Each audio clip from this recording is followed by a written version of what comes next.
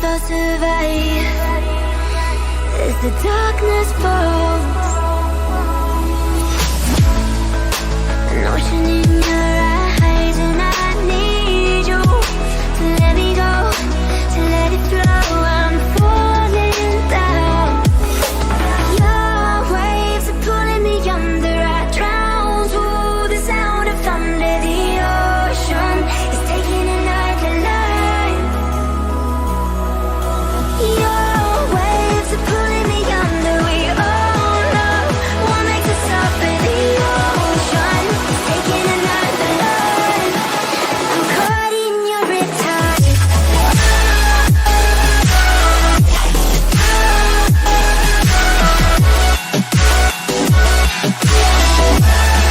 I'm caught in your riptide.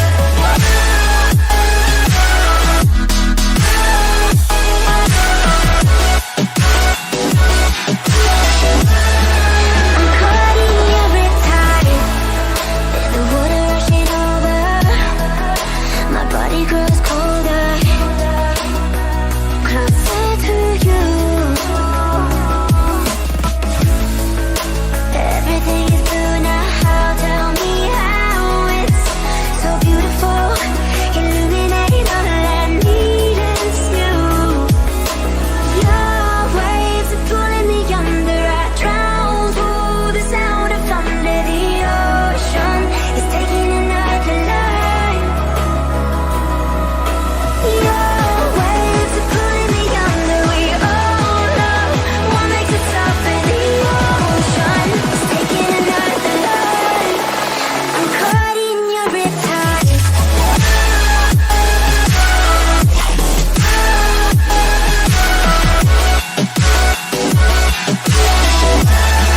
I'm caught in your riptide.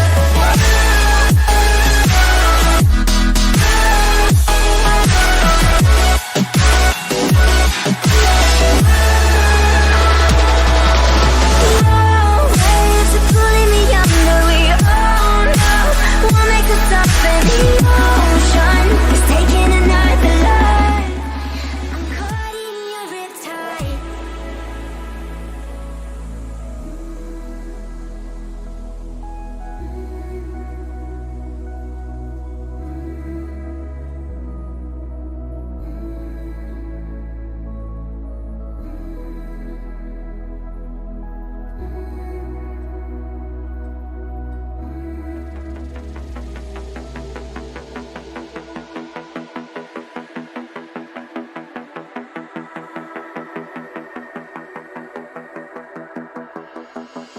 It's all for you.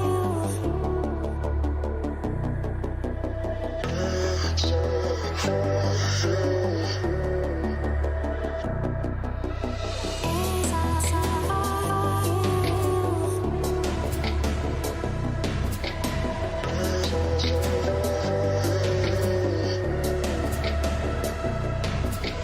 It's all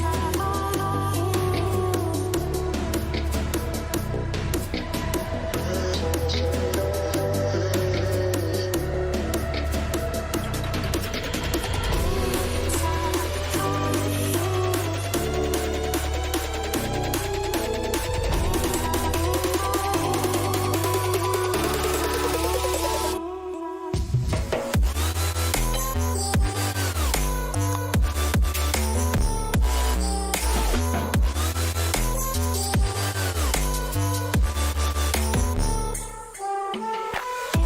It's all for you.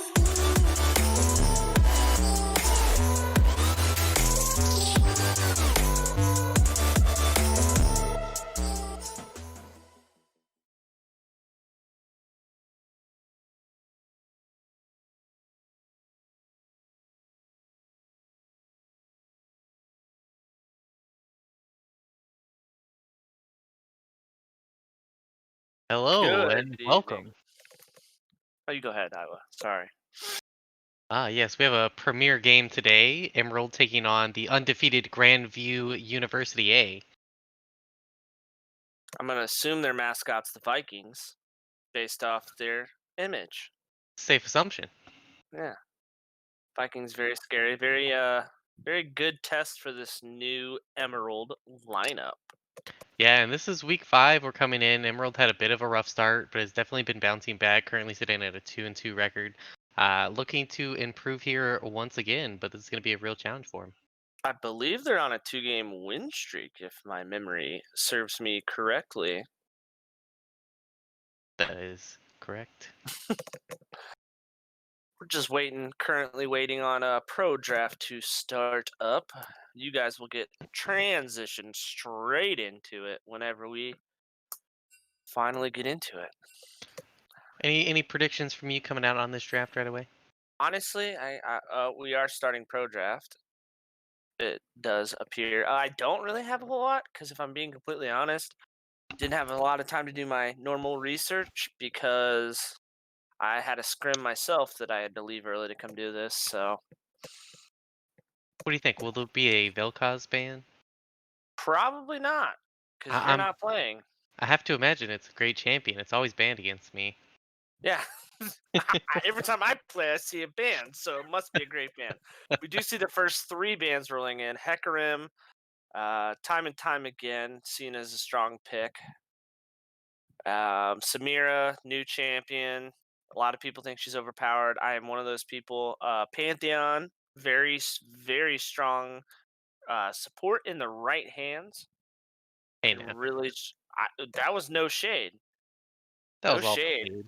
No shade. And then the Nidalee ban to follow. Looks like we're just gonna be banning early. Well, Hecarim's not necessarily early game, but like power farmy type carry junglers. I wouldn't be surprised to see Lilia Graves follow. Lilia always a good band to see. Can definitely have some of those scary clear speeds. Looking to full clear early on into some very devastating team fights, especially post 3 items. And we see the Ash ban. XFT's Ash has been pretty solid the last couple of games. But Yeah, he's and not afraid to play mages, so I don't know. as long as you get hit those arrows on Ash, you could be a real game changer. And yeah, on top of that, the ability for Hawk Shot and just the amount of information you can give, the amount of utility you bring to team fights. Even if a great game's not going great for you, you're still bringing so much to the table. Yep. And then the final ban from the side of Emerald is the ultimate 3-way flex pick in Lucian. Mostly a top mid flex nowadays. Every once in a while, you'll still see it taken to the bot lane, just not nearly as big. And it looks like we're going to have one of those power farming junglers picked first with the Bambi, aka Lilia. Yeah, interesting. We're seeing a lot of these early game bans coming out of the side of Emerald. So almost a good transition here into this Lilia, looking for more of that early heavy farm till 6. So maybe taking a little bit off the gas pedal, maybe a little out of their comfort zone. And there's the Ziggs potentially. We've seen that. Exothese Ziggs been We've pretty seen solid. We've seen that go to Exathy quite a few times. You know, it can be very devastating. Get a lot of plates, a lot of wave clear. I don't know how much the mid laner for Emerald actually plays this champion, and whether or not it's a true flex though. And speaking of flexes, you do have a quad. Actually, technically, depending on how you run your bot lane, a quintuple flex with set top mid jungle, AD carry, or support. AD carry really primarily only in a Senna fasting lane, but Very Set's true. a very strong champion. And then the Jin lock in. I don't know how I feel about an early Jin pick because the way there's still a lot that you can do to counter it because you can just start building big beefy front line because he's not a great tank shredder, but I mean, still a very Lilia strong pick. Lilia steps into that role just fine. She can shred tanks with relative ease. Jin offering a lot of lockdown. Personally, I don't know a lot about how that Jin Ziggs matchup goes, but I feel like it is Ziggs favored in my mind. Yeah, I would say so because your early wave clear on Jin is not stellar, especially with the reloading and you're counting on the bouncing grenade to get kill like minion kills for you. So definitely is going to be able to just blindly shove in and pretty much do whatever he wants, hypothetically. Especially, And then we see yet another flex pick coming through. Emerald's all about the flexing right now. yeah, and I don't know how much homework this Grandview University has done. They might not think that's a flex pick because in most people's hands, they're like, okay, that's definitely going jungle. But we have seen it before on Emerald where it's gone in the mid lane. We know that's a premier pick for our Sapphire team. So Hmm. we'll see how much they're able to sniff this out. Yeah, Stretha has played it, I believe, in one of the league games this Yeah, season. yes, he has.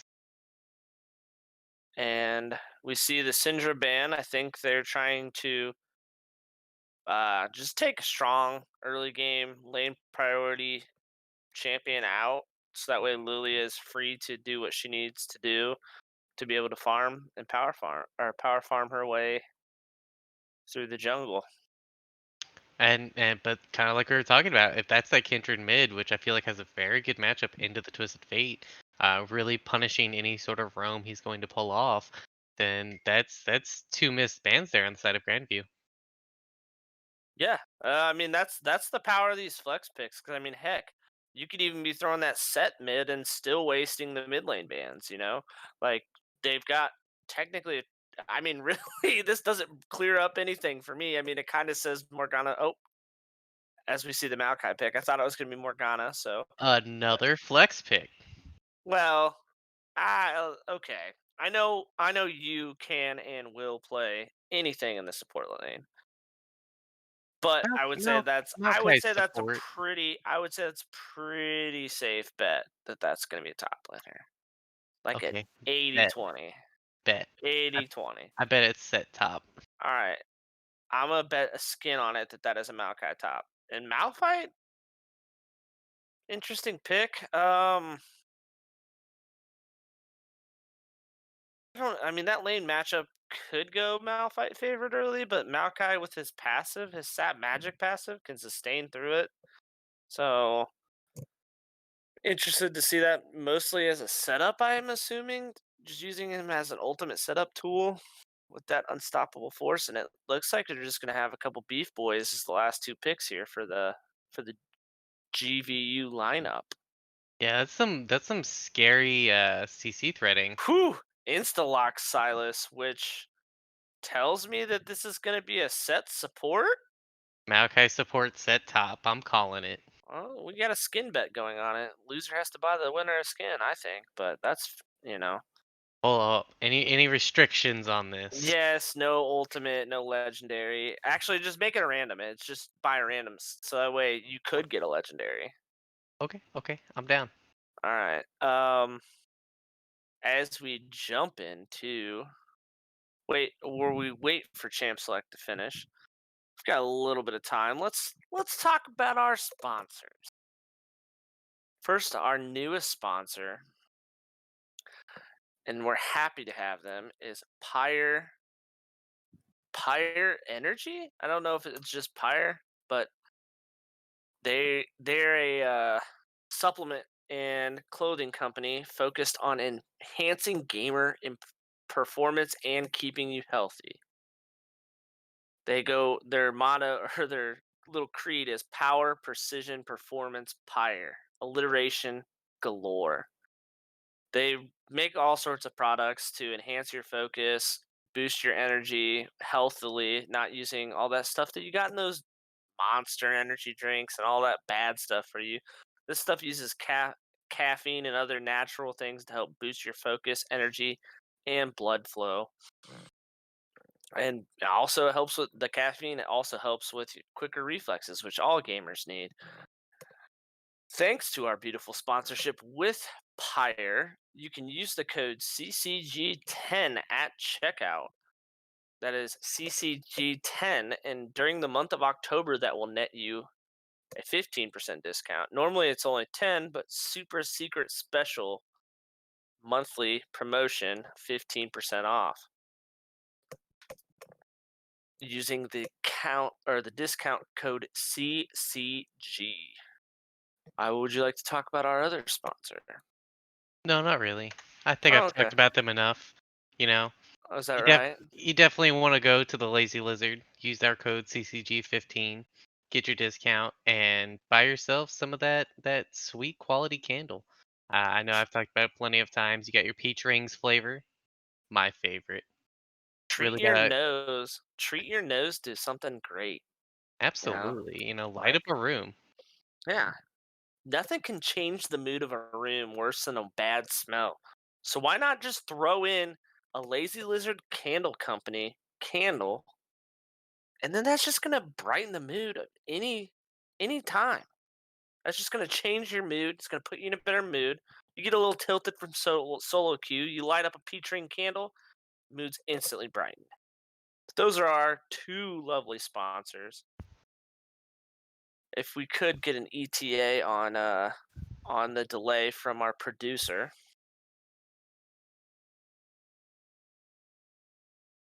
And it looks like we are about to start our 3-minute delay. So we've still got plenty of time to do Iowa and I's favorite segment, Guess that skin.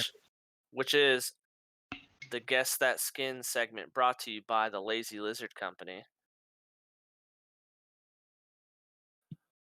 Well, I think it's man, there's only a couple really. I think Seth's definitely going to be the new skin. I'd agree with that. Yeah, yeah. Um, although I don't know, it's pretty new, so maybe it's not. It looks like that is a set mid, by the way. That is a set mid. Oh wow, I do owe Iowa a freaking skin. Oh Hey, my goodness, it's a freaking Maokai support. Well, I will pay that bet up, but as far as guessing the skins, I will start with the GVU lineup. I think we're gonna see Darkstar Malphite, uh, the Spirit Blossom Lilia, Red Card TF, Darkstar Jin, and Cowbell Alistar. As for Emerald lineup, I think you're gonna see the Freljord Silas. You're gonna see Spirit Blossom Kindred. Stretfa's gonna be rocking the dragon set because it's the only set skin that's worth a crap. That's not his base skin. I don't like the Mecha Kingdoms. I think it's pretty crap. Ziggs, you're gonna see. Shoot, what does Exit usually use? I was trying to remember that too. I'm just gonna go ahead and say Winter Wonder, and then if Wes is not using Wes, also known as WTJD, if Wes is not using Meowkai, I have no faith in humanity. That's fair. That's fair. So, what are your objections? You pretty much hit it spot on for most of Emerald for me. I think the only difference I had was Ziggs. I'm gonna go with Battle Boss. Dang it! I couldn't think of the name. Oh wait, no, Battle Boss is the one I'm thinking of. What's the one where he like looks like a M- little Napoleon? Is that No, that's not Conqueror, is it? It's like one of his old skins. Commander Ziggs, maybe? That's what I was thinking, but Major Ziggs. Major Ziggs. Okay. Okay, now Continue, good sir. Of course, it has to be Mukau Alistar. Yeah, I think he's trolling if it's not. I think Malphite. Like I always agree with like the Dark Star, but I think I am gonna differentiate on this one. I think Uh-huh. we're gonna see the fun play Phoenix Malphite. That is actually a good Malphite skin. I would say I like that. Obviously, I like the Dark Star, but I like the Mecha Malphite specifically with the Speed Racer chroma because that's the one I use. It's Yep. very nice. Very nice. I technically agree with you on Jin, but just a correction. It is Dark Cosmic, not Dark Oh, Star. sorry, the TFT in me. It's a Dark Star unit, so okay. Definitely think we're gonna see Spirit Blossom Lilia, and then I think for Twist of Fate we're actually gonna see Underworld. Underworld, that's a skin you don't see now as much as you used to. I It love used to that. be like the like cool guy premier skin, but nowadays you just don't see it. Yeah, I He's got mean, too many new skins. I don't even like most of the new ones. I think Pulsefire is way overrated. Blood Oh, Moon's 100%. alright. Red And Card's it always a looks classic. like I should have stuck with my brain on that. The Mecha Malphite. You've got Spirit Blossom Lilia, which we both got. Base Skin TF. And Alistar's clearly trolling with the Inferno. Meowkai. Pool Party. Ew, Mecha Kingdom set. Wow, it looks like I got. Or no, there was no different picks there, were there? All the different picks, I think we both got We wrong. both got wrong, yeah. Because we But contested Ziggs and Malphite, right? Twisted Fate as well. Yeah, okay, so we all got those wrong. Yup. Alright, as we are now jumping into the game. Let's see, anything spicy coming out to me. Um, Actually, footwork on not the really. set mid. I don't play set mid very often. I feel It's like not Fleet's terrible. probably fine into that. It's ranged melee, so like Yeah, having that yeah, yeah. extra sustain is worth it. Because it's like it's not worth it to try to fight him long enough to get Conqueror, because he'll just run away. Yeah, yeah, that makes sense. My only thought would have been like phase rush maybe, but that may just be me transitioning my support set style into the mid lane. I did like seeing that when you were playing that on Monday, by the way. But it looks like we just have a standard 5-point coming out. Yeah, nothing wrong with that. Producer, if you could press U on your keyboard, please. Thank you. All right. It What's looks like we got the a possible little as do the you wild card comes do you out. know the Yes, do you know the shortcut for getting the objective timers it's an N, in? or you can do it that way. So what do we As we normally do? see, No. yeah, Uno. That's why you do Uno. But as we see a little bit of poke trading go by, I do like the fact that the Maokai was the headbutt XSD away with the anime tag. Respect. I did like how Maokai kind of shaded up top and threw his saplings to kind of scout and get a little bit of poke damage. Yeah, absolutely. That's the power of that Maokai. It's so hard to just control his vision because he can just, throw some saplings around and, unless you're fast enough to constantly get away from him, sometimes you're just walking into a bush and taking some damage.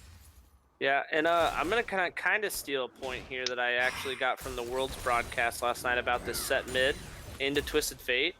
Is I wouldn't be surprised to see him rush a little bit more armor fast, but I guess because the Lilia maybe not. But the way Set's kit works is he really doesn't care about the magic damage coming out from TF, so he can afford to build a little bit more armor. And like, I think in that game it was a 80 mid, it was an 80 jungle and 80 top. So he actually just went full armor. So like that's kind of like I think why they maybe went for that matchup is stab Scott abduct, get a little bit of stun poke damage onto Platypus here. Yeah, not your typical pool noodle fight in the top lane. No, definitely not. I can't wait. It's really gonna turn up at level 6 when you can see double unstoppable forces at each other. Yeah, That's it's gonna make for some interesting crisscross plays if they ever, simultaneously do it and just trade position. I hope we do get to see that. Although I, at the same time, I don't hope we see it because then that's like poor play on both people. But I will say, we're relatively even farm on both sides here. Like Dragon Jindy actually stealing a little bit of a gromp here and is gonna pick up a mark here, hopefully, in that Scuttle Crab. Yeah, as we see a great trade coming from Barrick, getting that level up, fighting in his own creep wave, forcing Platypus back. And that's the power of Silas once he hits level 3, is he can just go in and trade very well as the Facebreaker comes through, and some nice chunk damage there. We're just actually both solo laners are trading very well. Force all of the corrupting pot charges out of Platypus. Koskinen started that off by taking an unfortunate tower shot, but they got some very deep vision here on Dragon Jindy. They're actually going to spot him out right now. Yep, as we see the headbutt knocking Maokai away. I will say the only problem I see with this Maokai pick is he's just so mana hungry. Is the Gromp does get stolen over by Colthrow and trying to get chased down as the Flash Twisted Advance comes onto, the Ignite comes down, and we get First Blood over to Dragon Jindy, giving payback for that Gromp. The Satchel failed charge, flash on the Alistar. Oh no! he does it, but he still gets out, possibly.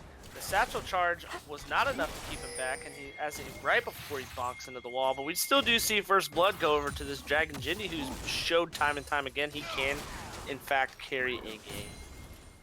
Yeah, definitely a very strong lineup currently on the side of Emerald. We see, you know, Barrick presenting his normal aggressive style, coming out into this lane. Facebreaker coming through. Dragon Jindy, criminally low, does dash over the wall.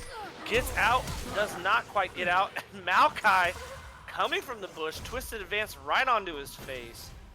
Finishing him off and trading the kill. You would have liked to seen that go over to Stretfa, but at the same time, you need to make sure he dies. As I was hoping we'd see a little bit more of that top trade, because Barrick was coming very low on that trade, but he did. I think he had just enough mana for the Kingslayer, which made it all even out, because that ability is absurdly strong. Yeah, it really slays your expectations.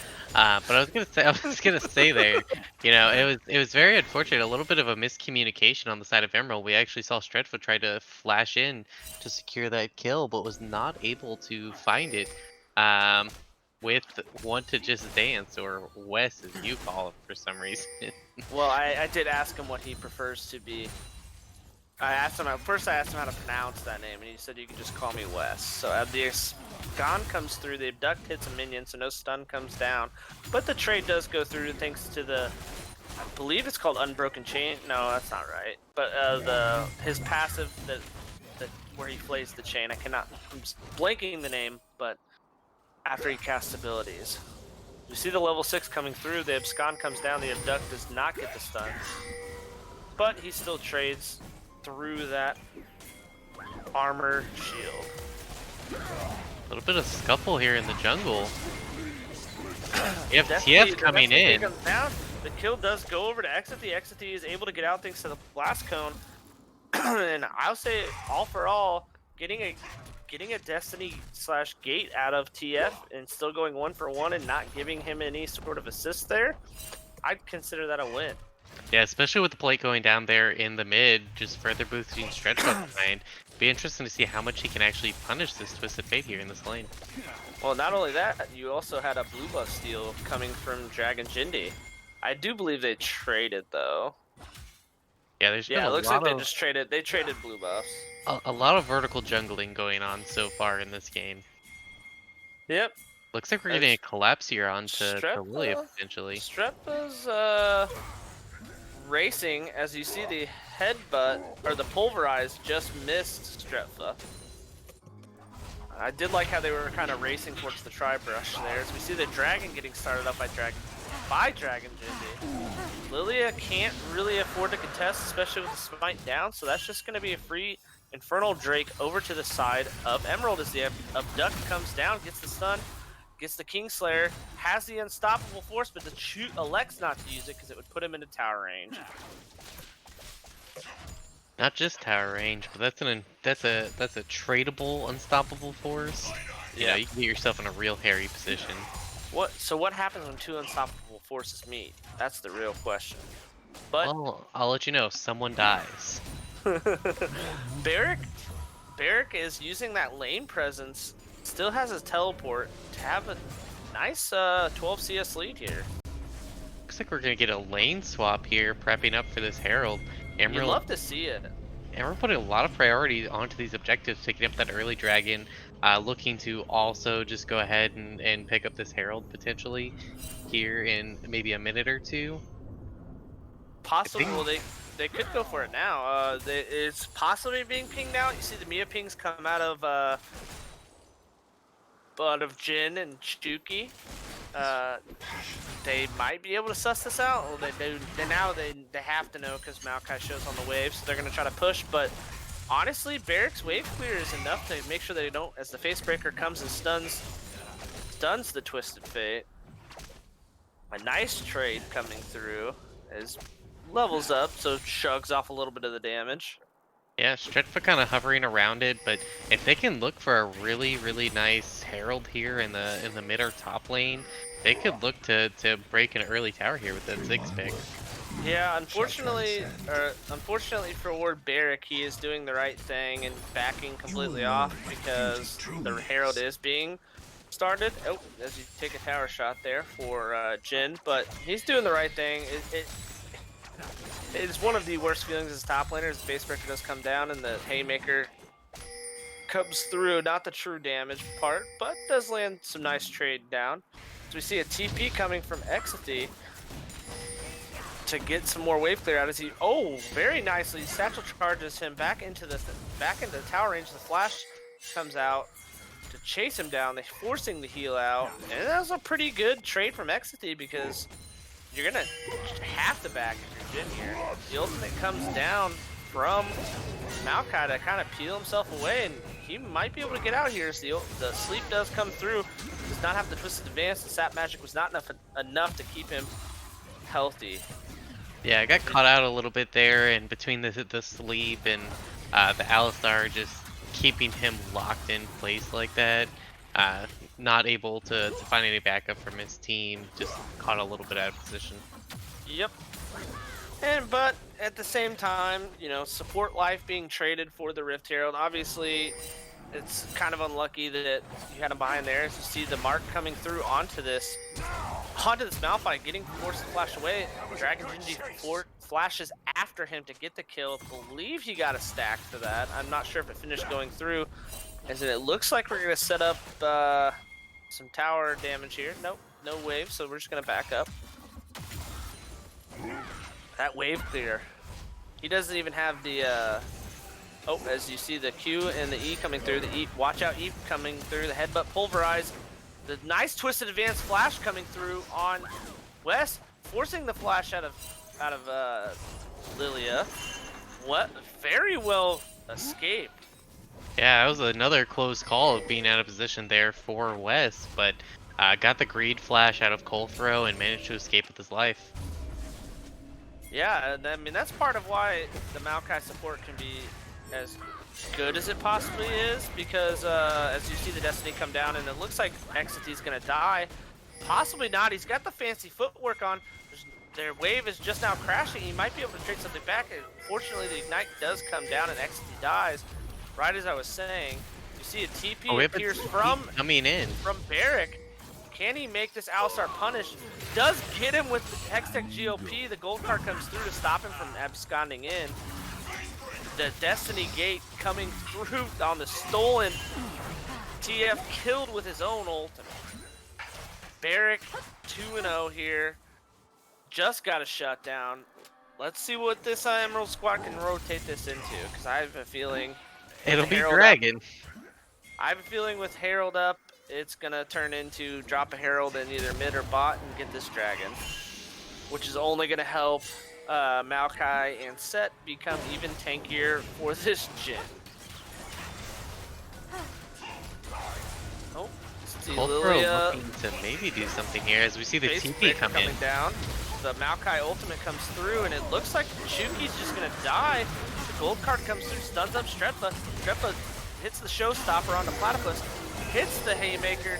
You see Sleep coming down onto Maokai. Watch out, Eve does finish him off. And you see Barrick forcing Jin out of this fight so he cannot fight with his teammates. Gets another kill. You see a blue card pulled. Dragon Genji forced the ult. And a double kill coming through for Exathy. A beautiful Lamb's Respite coming out to finish off that fight. TF might have been looking to trade a kill back, but just denying any sort of presence there. And then this is going to be a really big Herald here in the mid lane. Ziggs should be able to clean up first tower here. Yeah, I gotta think that as the satchel charge does indeed finish off that tower, I gotta think that they thought maybe the Lamb's Respite was already gone, because that fight was pretty long, and it's like, how does she still have it? Because he pulled a blue card, and I think he only pulled that for the damage, because you're not going to pull a gold card there. I think he was trying, like you were saying, to try and pulled the blue card to just do that last bit of burst damage, because with the increased damage. But very well played fight on the side of Emerald. Secured the dragon, secured the fight afterwards, and only had to trade Maokai's life for it. But he got all of his stuff down before he died, so I mean, he did about all he could do. Yeah, Exithy doing a very good job of influencing this game so far. Real unsung hero so far of this game. Just I didn't really talk about it earlier, but we're seeing the ghost flash come out of this mid laner, and with how much presence he's had, coming in to set up some of these plays, flanking around, just really pushing his advantage. He's been able to match this TF at every turn. Yeah, and like I was saying earlier, he the as you can see, Strepfa rushes that Sunfire Cape. I would have almost liked to see the Deadman's for the mobility, but he pretty much rushes that to make it so Jin cannot do any damage to him because he honestly doesn't care about TF's damage. And looks like we're just taking some jungle camps, clearing some vision. Our next objective's not up for. You've got second Herald as the Hex Flash onto Strepfa with the Pulverize. The headbutt does miss, and then we see the stun come down, and not a whole lot able to get done there from Lilia and Alistar. Yeah, they're discovering what it was like to lane against this man, because let me tell you, it did not look pleasant. Yeah, set mid is like it's still very strong. I don't think it's as strong as when he was released and you just built full damage still as the gold card comes through, locks him up. It looks like he's going to possibly die. Does throw down the showstoppers. We cut the top lane. He gets put to sleep. Still has that haymaker. Puts it out to get the damage to headbutt it away, possibly to a savior. Does get shut down. Cannot run away forever. As we see Maokai fighting the enemy top laner and Platypus and just pushing them off the wave so they can possibly trade this tower over. And in the mid lane we have, some Exity with the fancy schmancy footwork. Barely not able to get the kill. Another flash for heal. And pressuring this man like crazy, showing us why this Ziggs pick needs to be feared in his hands.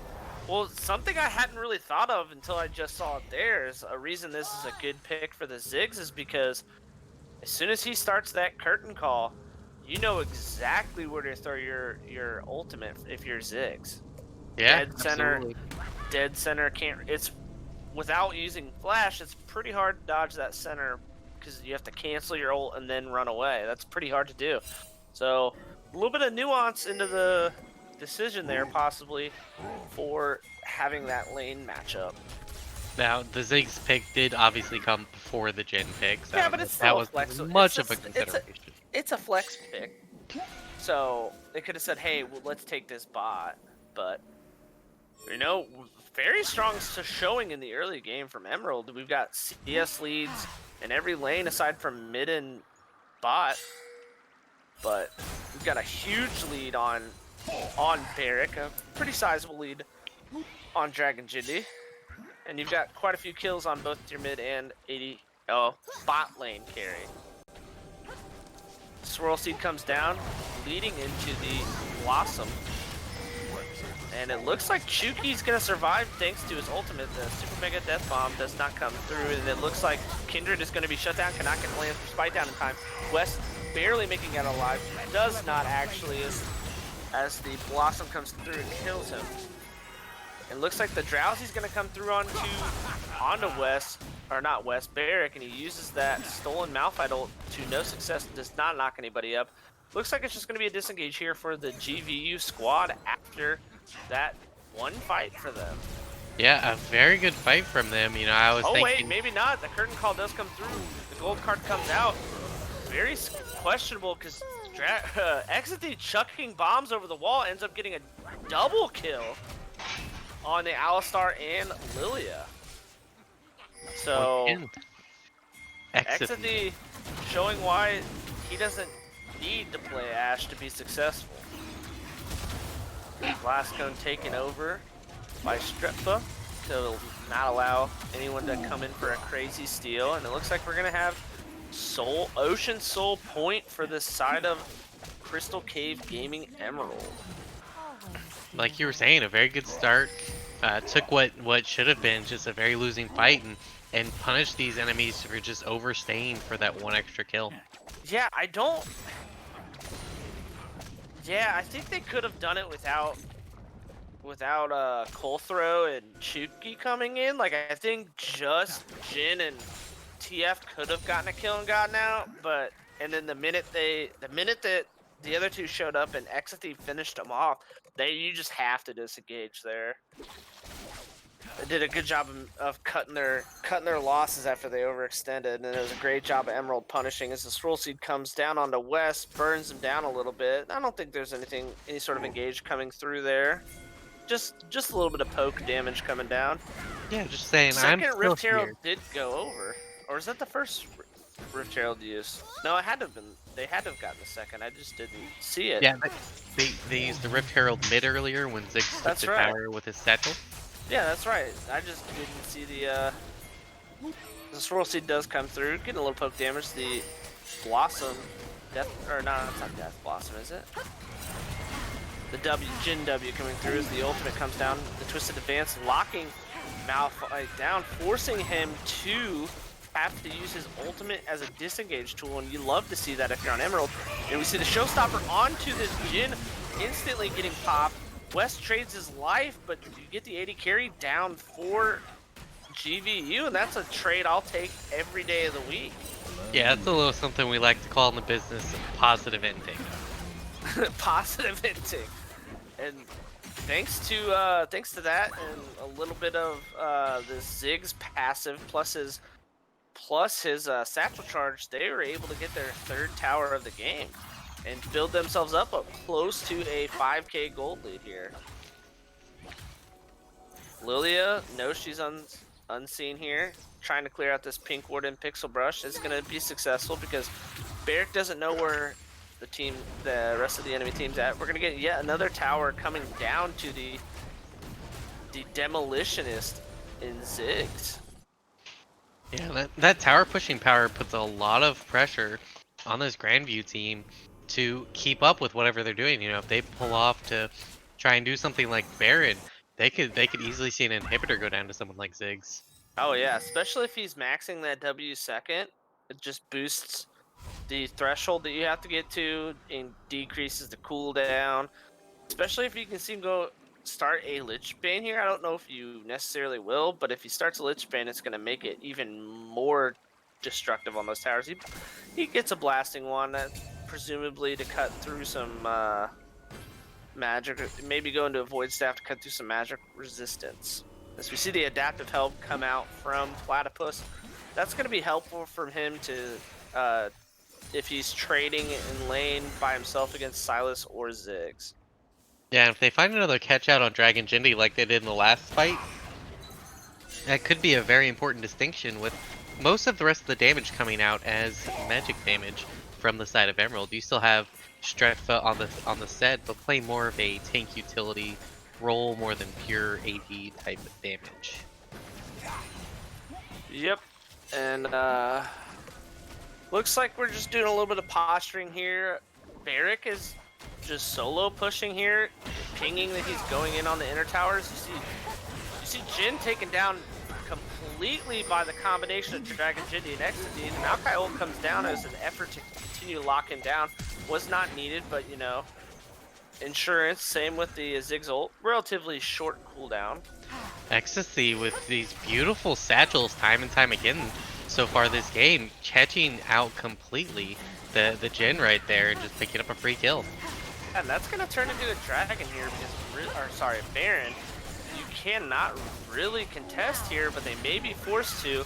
Let's see what ultimate Silas decides to steal. He does steal that Maokai ult. Sleep coming through on Ecstasy, has to flash away. And if you see the Alistar with the headbutt pull kill, which is not who you necessarily want. The base breaker gets pulled onto. The actual Malphite ult comes down. You see the Lamb's Respite coming through. Barrick, meanwhile, gets a kill onto TF. This is pure chaotic team fight. Both teams are incredibly low. The Death Blossom catches Strefa out, but he's pretty tanky at this point.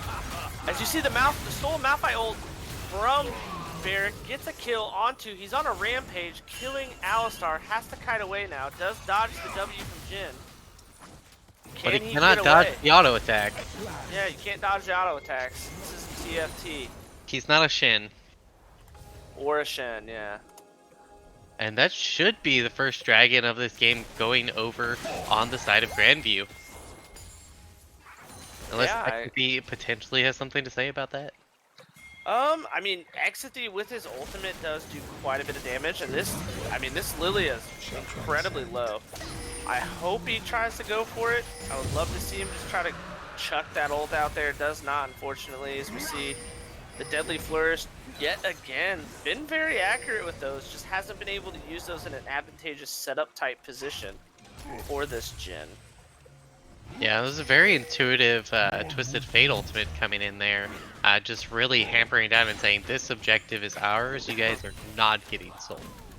Yeah, yeah, not yet at least. We're definitely going to put that off, and I mean, as much as one dragon doesn't really help, having one ocean's not the worst thing in the world, you know. Oh, absolutely. Especially if we keep seeing fights like we have been, where there are these extended messes that, kind of, hit and run, hit and run, hit and run, hit and run. And then all of that ability to heal up from the ocean dragon is just going to be nullified now that each side has one. Yep, and looks like see a little side lane action from this TF and Strefa. Strefa, or Dragon Dignity, does manage to steal that blue away from Lilia. Sorry about that. And I think Emerald's gonna play it slow here. I think they know they're ahead as the Deadly Flourish comes down onto Maokai. We do see an Executioner's Calling coming out of Jin. Really important to stop the healing from the Maokai and from the wow, my brain is truly drawn a blank. The Silas. Yeah, Emerald not letting off the gas pedal in this one, just continuing to apply that pressure, looking to potentially just drown them out of as many resources as possible. Maybe looking to pick up an early end on this game. Yeah, I don't know about how early they're going to be able to end. I think they're going to have to win another team fight, which they're perfectly capable of doing so. I think it's going to come around this Baron, or maybe if not, it's going to be in about 3 minutes when this potential Ocean Soul comes up. You see Wes camping in the bush there, trying to hope he can get someone to come into a stacked sapling area. Yeah, and Ziggs, another thing he does very well is siege these towers, so Baron could be very, very detrimental. Yep, and we do see a completed Void Staff out of Ziggs, and we see a Locket of the Iron Solari coming through from Strefa. I kind of like it, actually. Yeah, he's had that for a bit. Yeah, I just now noticed it. I was just like theory crafting it, because you throw in, you grab somebody, you showstopper them back into the team, and then to prevent the damage coming through. Alistar's headbutt pulverizes his Maokai, but I think that's a critical mistake, and he might be forced to ult. He does not actually able to come through, and Dragon Jindy gets yet another kill onto Chuki. The Deadly Flourish does stop Set from being able to chase, but it doesn't matter when Barrick takes behind you, and Abscond Ducks flash face breaker saved by the Lilia Lullaby. The gold card stops Dragon Jindy from further chasing, but I think this is gonna be at least another Baron start here from Emerald. And a nice couple of picks there after a questionable headbutt pulverized by Chuki. Yeah, I mean, it's only really one pick, and with Alistar coming up soon, I think they're wisely choosing not to start up this Baron. The last one didn't go so hot for them, not wanting to over-risk anything in these fights yet. That's true, and you do have a lack of, you don't have the Maokai ultimate. That Nature's Grasp can really be a deterrent as far as like you throw it out and keeps people from being able to come into you on the Baron Pit. You don't have any stolen ultimate on this Silas, but at the same time he doesn't really need one right now. So, oh wait, no, sorry, he does have the Lilia ultimate. I didn't recognize it just by the logo. Now that I see him on screen. Now that one's got an interesting interaction because I still don't understand quite why it functions properly.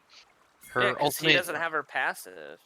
And yet I have seen it before where Silas can take that ultimate and put people to sleep, but I don't think it's the case. I think we've discussed this previously, but not during a Yeah, cast. you and I have talked about this previously because we were curious. I'd imagine that they have it coded to where he doesn't get the damage off the passive, but he gets the mark of the passive. I Because if you get the damage of the passive, it's absolutely disgustingly busted. Yeah, I would say that's definitely not the As we case. see a fight look like it's gonna get started, as you see the Destiny Gate gold card coming through from TF as an effort to try to disengage here, and then you see the Lullaby come through and the Twisted Advance onto a curtain calling Jin. Maokai eating all that damage, holding them there so the Mega Inferno Death Bomb can come through, doing them quite a bit of damage. Does end up using his life for XD, gets his life saved by the Lamb's Respite. Platypus is going to try to finish him off, and is not able to do so. Meanwhile, Barrick is fighting 1v3 and keeping them off. Ecstasy at 1 HP there in that fight. I swear, how he did not die. The Ocean Soul goes over. Meanwhile, the Hextech GOP and the Abscon Duck comes through, forcing the flash out. You see a Destiny come back. Is he going to use the gate to try to get a pick? It does not appear so, but they do have vision on everyone. Whew, that was a great fight. In very clutch ultimate usage from both the Maokai, Ziggs, and Dragon Jindy with that Lamb's Respite. As we see them starting up the Baron here, it should be a not free Baron, but almost free. Spacebreaker does lock down TF. He does get shut down. I think they were just using it as a pick tool as the Mega Inferno bomb comes back through.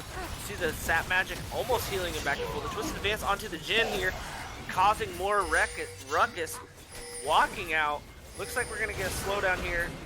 Lilia coming through on the back trying to kill Ecstasy, not able to do so successfully as the Nature's Grasp is going to deter Jin and Malphite from continuing the chase, and that is one fast deer running away. Keeps throwing those swirl seeds out to get that poke damage down. You see the stolen curtain call from Barrick being used solely just to, and you see the showstopper into the Malphite ult. Does not matter. He is able to not able to get the kill. Gets finished off. Barrick gets another kill. TP Dragon coming in. Unstoppable. The TP is coming in from TF, but I do think he's gonna back up. Look at that boy run. It looks like he's gonna be able to abscond abduct out. Deadly Burst does not do enough damage thanks to the Lamb. Another clutch Lamb's Respite from the side of Dragon Jindy. And we're not done fighting here as we see another gold card coming out. It's going to get the stun on the Shrapnel. He uses the Face Breaker, the Haymaker to block the damage. The ultimate comes through from Shuki. He's going to soak a lot of damage, but it does not matter. He's going to die. And now we finally see it disengage and a recall and a 10,000 gold lead from the side of CCG Emerald. Yeah, Ecstasy just pumping out damage left and right, but Dragon Genji, the real MVP of those. I mean, basically it was just one long string of fights. That just lasted from Dragon through Baron twice.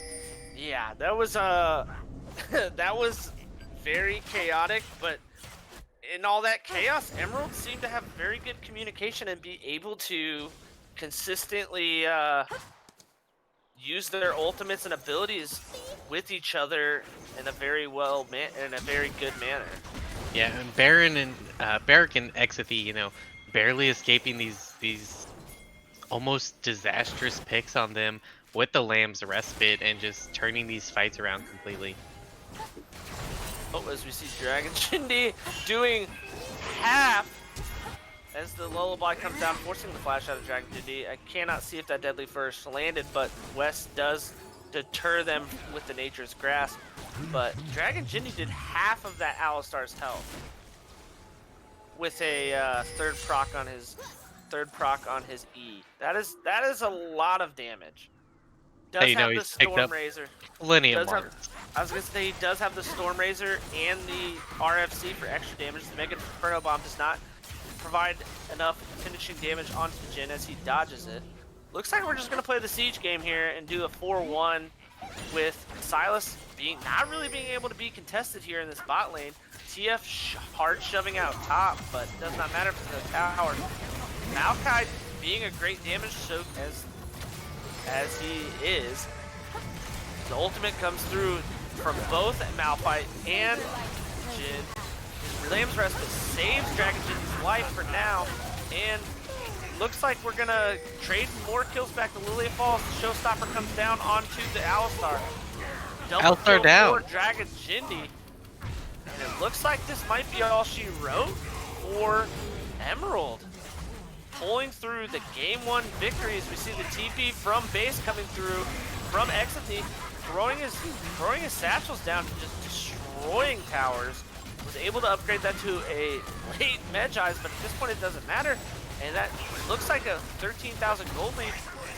This one Baron was all it took for Emerald to end the game, and we're gonna see a little bit of BM there, dive in the fountain, but well This right played here- from the side of Emerald. This right here is the Emerald team I was always promised. When this team first premiered, I was told Exity was the greatest thing to ever happen to this planet, and in this game, he showed me exactly why. Yeah, very true, very true. Very well played, actually, if I do say so myself. Intense game, well played team fights from both sides, really, because when they were clawing back, they were able to get the picks that they needed, and they were able to play the fights out correctly. It's just, I think Emerald was a little too far ahead at that point, but well played by GVU in game 1. But Emerald just came out hot. They're on that 2-game win streak, and they're ready to take down the current #1 standing team. Absolutely. Very, very well played game. Well, we're going to take a brief break here, give you guys some nice relaxing music. Yep. Maybe. Take a little bit of in-between game.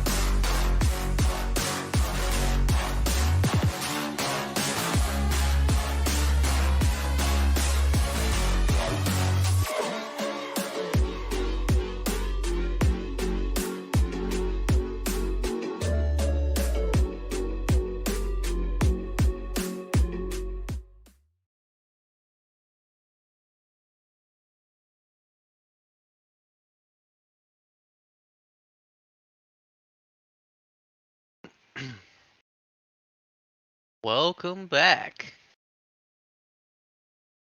We are jumping right back in to Pro Draft. Not a whole lot of break needed as both teams, I think, knew where things maybe have went wrong. Jump into pick ban. We see a Pantheon ban coming through from Emerald. Then a following set ban, as that was a problem with that flex pick, the flexiness Interestingly of it. enough, the Ash and Lucian bans have actually swapped sides here. I kind of get it. If red side, you want to ban that Lucian because it's just a flex pick, man. Like you don't want to have, you don't want to give away that flexibility, and I think that's why the set was banned too, because I don't think they realized how much flex picks that Emerald had. I also did not think that either, clearly. And then the Kindred ban too, as well, coming through, and we see the Caitlyn first pick hover, probable lock in if I'm gonna guess, because I know Exathy is a Caitlyn player. Caitlyn been falling out of grace recently, but still no joke down there in the bot lane. Yeah, until she gets her her range nerfed, I think she'll still be a good pick, or she just gets completely gutted.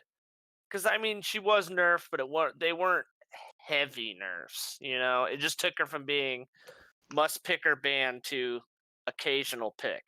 You know, Yeah, if anything, it's been more affected by buffs to other AD carries, and as those continue to happen. So you have things like Samira that, if that's not banned, that's a definite contention into Caitlyn. You have Miss Fortune, who's coming back into favor with some of the buffs she received recently, that's able to contest always the Caitlyn that's a pick classic. very powerfully. Yeah, that's a classic Kate quote unquote counter matchup. So we see the Nidalee locked in, was banned in the previous game, a very strong early game jungler, and then another ban from the previous game, the Shen. As a Shen abuser, I understand how strong that champion can be, and I know as a fellow as a Shen player in the bot lane, though, that could be a possible flex. After the last game, I'm not willing to rule anything out. Very true, and while Nidalee Shin maybe not as well known as the Nidalee Renekton, Shin still has that ability to lock someone down into place in theory for those sweet juicy spears. And we see a Nautilus Scion coming through. I do like the Scion matchup kind of into Shen because he's not afraid to fight, and he's just a big beef boy that has an axe. So I don't. Obviously Nautilus is a great support. Got every CC on some sort of CC on just about every ability. Just a strong champion in general. Yeah, it definitely depends on who you ask about the Nautilus And because that's gonna probably oh be a Shen support because I think that's going to be a Camille top. Granted, that could be a Camille mid, and we're just flexing all over the place right now. The only yeah, picks I believe are set in stone are this Nidalee and Caitlyn, and yeah, even then, I don't see Nidalee being much of a flex. I don't think we'll see a River Shin personally. But still, like you said, a very good flex between the support and top lanes. With that Camille pick, a very presence pick into the mid. Maybe able to flex it around depending on the comfort of these Grandview players based on the picks they see come out of Emerald. I think it's a better top laner. I think Camille's a better top laner personally right now in the moment than she is a mid laner, but she still is a viable mid laner. As we see Oriana, Syndra bans come through, and I think they believe, the Lee Sin ban coming against Dragon Jindy. I mean, I still see a couple champions I've seen him consistently play that are up. I don't know about you, but yeah, I don't know if that Lee Sin ban is necessarily great. And the Aphelios ban coming through did just get a buff or is about to receive a buff. I'm not sure if I remember which way that goes, but I know he's about either way, not the complete weak weakness that he was not too long ago. Yeah, and Lee Sin potentially just a very good matchup into the Nidalee here. So maybe getting rid of it for that reason with the Dragon Jindy, not wanting to give him the comfort of both being on something hmm that he enjoys, but at the same time something that in theory wins the matchup. Yeah, for me, you still got Graves, you still got Lilia, and you've still got Hecarim, which Dragon Jindy has shown that he can be a carry on just about all those. But Hecarim could let be a me pick your problem. let me pick your brain Graves, real not so quick. much. Go Let me ahead. pick your brain. with the Ezreal. Oh, and it looks like we're gonna have Karthus come through, which is just a hard farm AP nightmare of a champion. With this Ezreal pick, do you think Shen pairs well with him in the bot lane, or do you think that is going to be a top lane Shen, mid lane Camille? If I'm basing it on my own playstyle, I think it's a great pair simply for one reason, and that's that Shen will inevitably abandon you, and Ezreal can stay in that lane on his own. I was gonna say, what's your famous Shen support quote there?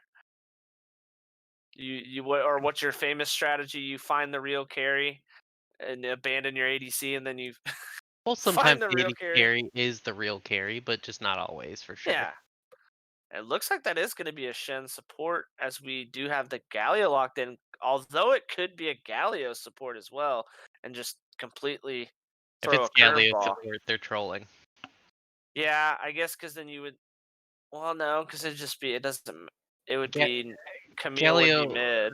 Galio support's fallen very much out of the meta. Galio's going to match this Twisted Fate very, very well. I We know Nidalee's disagree. in the jungle, so I think Camille top, Galio mid, Shin support is going to be our ideal lineup here from the Grand Galio side. does currently have a 52% win rate in the support lane Yeah, it's because no one plays in it anymore. It's just Diamond people that plus only play Elo. Galio. And Misty will be happy to find out in Diamond plus Elo, the number one win rate champion, Janna. 52.72% win rate. Same reason Galio has a high win rate. Only people like No, Misty play she Jaina. actually has a. I guess What her pick rate's not that high. It's 6.7. I don't think that's percent. I'm not sure if that's how that's calculated on this Lawlytics website. But as we wait for the champion select to be done on the client and our glorious, glorious spectator delay, we can once again mention our lovely sponsors for Crystal Cave Gaming. All right, Iowa, I'm gonna need you to do one of them first. You pick which one. Oh, you know me. I love me some featuring candles. So make sure you guys head on over to Lazy Lizard, our beautiful sponsor that we are happy to be a part of. Let me And tell you all about Lazy Lizard because we are sponsored by them. They are a small batch curated candle shop company which uses all natural ingredients. Let me tell you everything about all natural ingredients. You know, that's the key cornerstones currently of our sponsors, Lazy Lizard and Pyre. Candles made by Lazy Lizard have unique scents and premium burn times that last for hours. The perfect gaming atmosphere is just a wick away. You can enjoy a generous 15% discount on all Lazy Lizard candles when you use the CCG discount code CCG15. But do remember, this cannot include non discounted candles only. It cannot be combined with sales or other offers. so just your standard price items. Our other sponsor, as Iowa did sort of allude to when he mentioned the natural ingredients, is Pyre. Pyre was created with gamers in mind to improve performance and keep you healthy.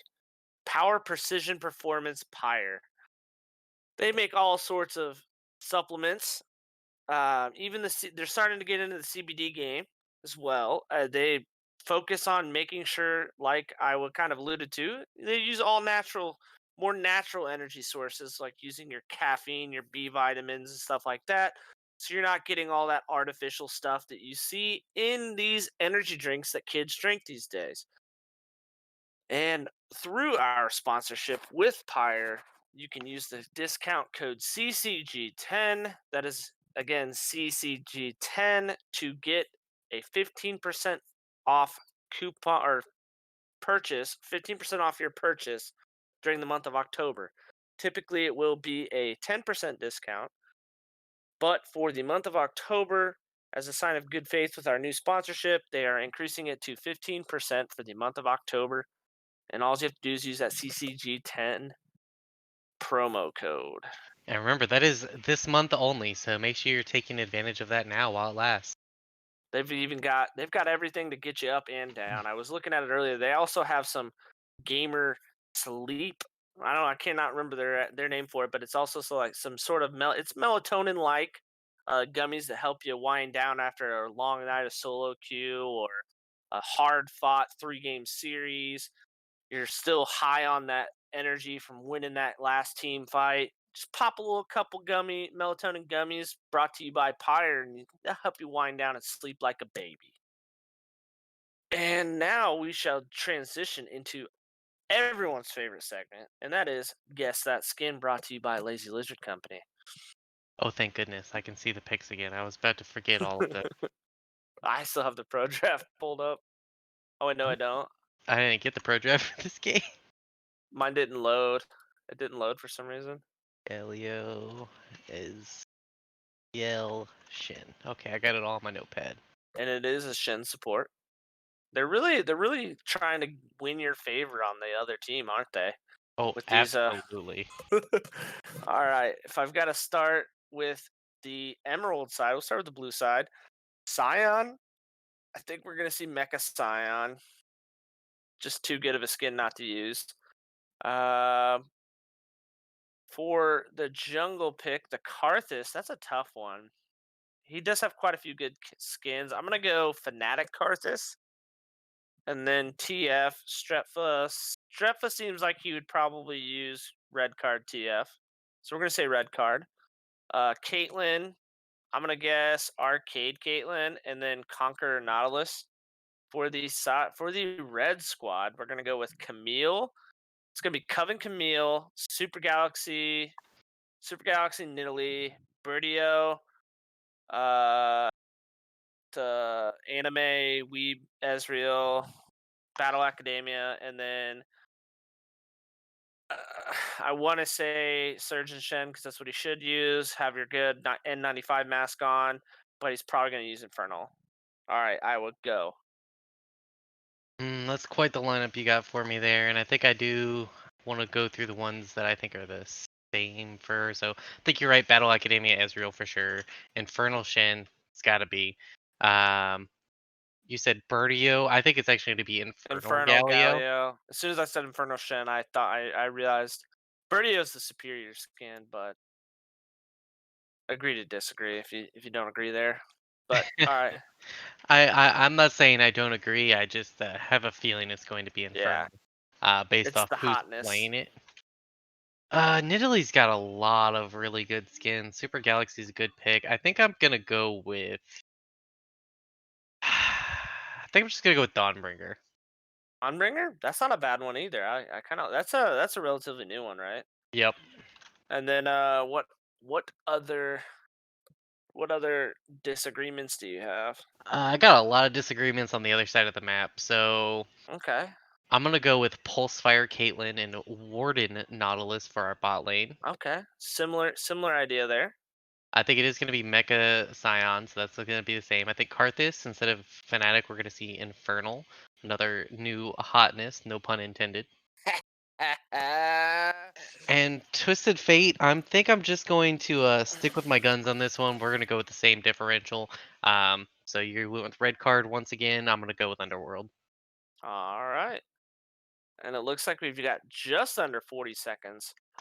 I kind of like the team built by Emerald, although I do see how this dive onto this Caitlyn from a Camille Galio Shen could become an issue, but it's kind of like GVU kind of has like a hard engage comp with a poke right behind it because you just got a Nidalee and an Ezreal.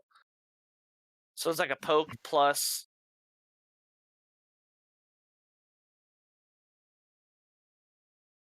That's nice. And it looks like, yeah, indeed, Platypus is getting one of his main champions, which right now she's probably one of the strongest top laners until she gets a little nerf. Hopefully she gets a little hurt, get hit with a little bit of that nerf bat. She's a very strong champion. We'll see if Platypus can pilot it the way he typically does. Nope, nope, nope. Oh, you got Okay, one, nope, nope, two. nope. I got one, I got two. So I'm You got positive two. two. So you win, unless it goes to a game 3. Lumberjack Scion was my second choice, but because it's a good skin, but I feel like it's underutilized. To be honest, I don't like any of the Scion skins, so I was gonna agree with whatever you said. You don't like Mecha? I think Mecha is the best out of some terrible skins. I just love the ult sound on that one, and the fact that when he recalls, he like turns into a little block and like gets pushed or like filed away almost. So we see, looks like potential invade with the way they're currently grouped from Emerald. Oh no, looks like we're just fanning into a 5-point. Yeah, I was about to say that would be interesting if they were actually looking for something here, considering the fact that Wes opted to It's go down to not that with the bot team, try. yeah. Very, very interesting choice there, but looks like we're just getting us a vision down. Oh, 2 autos, not enough to clear out that ward from Barrick. As we see the stun come down onto Barrick, he'll be able to walk away. Does get a Dark Harvest proc onto Coal Throw. Able to get that early. Does take the sweeper, so we'll get the CS lead. Game over, CS lead in Italy. And the CS lead is not the big part of that. Both the mid and top were there to soak up that XP of that ward. So we're going to see early levels pop onto this top and mid lane. That's going to force Emerald out of the driver's seat here. Looks like a late invade coming from Dragon Jindy, Wes, and Exidy. Maybe going into a possible lane swap. It looks like Barrick is do the old suicide Scion route, let himself die, and then just finish off the chickens in his afterlife. Hit that level 2, TP back to bot lane. It looks like we've got a good old-fashioned lane swap. Yeah, And maybe Barrick, prepared. oh, does Barrick did get that red buff, able to continue or keep this Nidalee from being able to vertically jungle correctly. She tried to go buff to buff, but Varric was there with his passive, utilizing his champion's kit to the fullest and taking advantage of that passive damage and attack speed. Yeah, finishing off most of the chickens, getting the red buff, coming back in a very powerful position. That's going to set Dragon Jindy up for a great game here. And I gotta say, the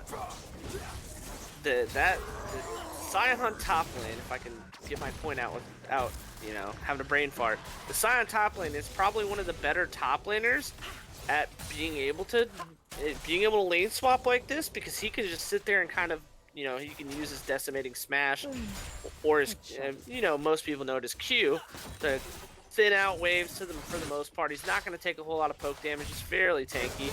And this Camille is just not, is going to be choked out of gold, and that is not where she wants at all. Shuki even being forced to taunt away, and Ezreal taking a tower shot. This is just a big brain gameplay coming out of Emerald, and I like it. I like to see it. They clearly came into this draft with a plan for how to take care of someone's premier champion. So once they saw that Camille pick, they were like, okay, well, now we know exactly how we want to play this. You even see the minion dematerializer on Barrick, further cementing my thought that, oh, Ezreal takes another tower shot, is dangerously low. Holy moly, we might see if we see a kill coming through from Scion on a 1v2 lane, this game might be over. But has not happened yet. That was a little, you know, a little hyperbolic, but that minion dematerializer is going to allow him to even more efficiently catch farmers. You see the taunt come through, the spear come down, the flash away, is able to trade back a turret with the tower damage, and the flash did come through from Nidalee. It's not enough to save her life. Dragon Jindy does get executed from the tower, so no real kill traded over. They did end up getting a kill onto Scion, but I have to say he comes out ahead in that, getting the kill, the ignite coming down onto Camille. Platypus not able to get the kill onto Nautilus. West burning both summoners to save his life. To heal from Exodus, he's able to do enough to save his life and get a kill onto this Camille and keep her further down. Yeah, beautifully timed summoners there. That heal just baiting him in to say, okay, I'm gonna get this kill and get out, and just not able to secure it. Yeah. Wait, did you say not like NAUT not, or?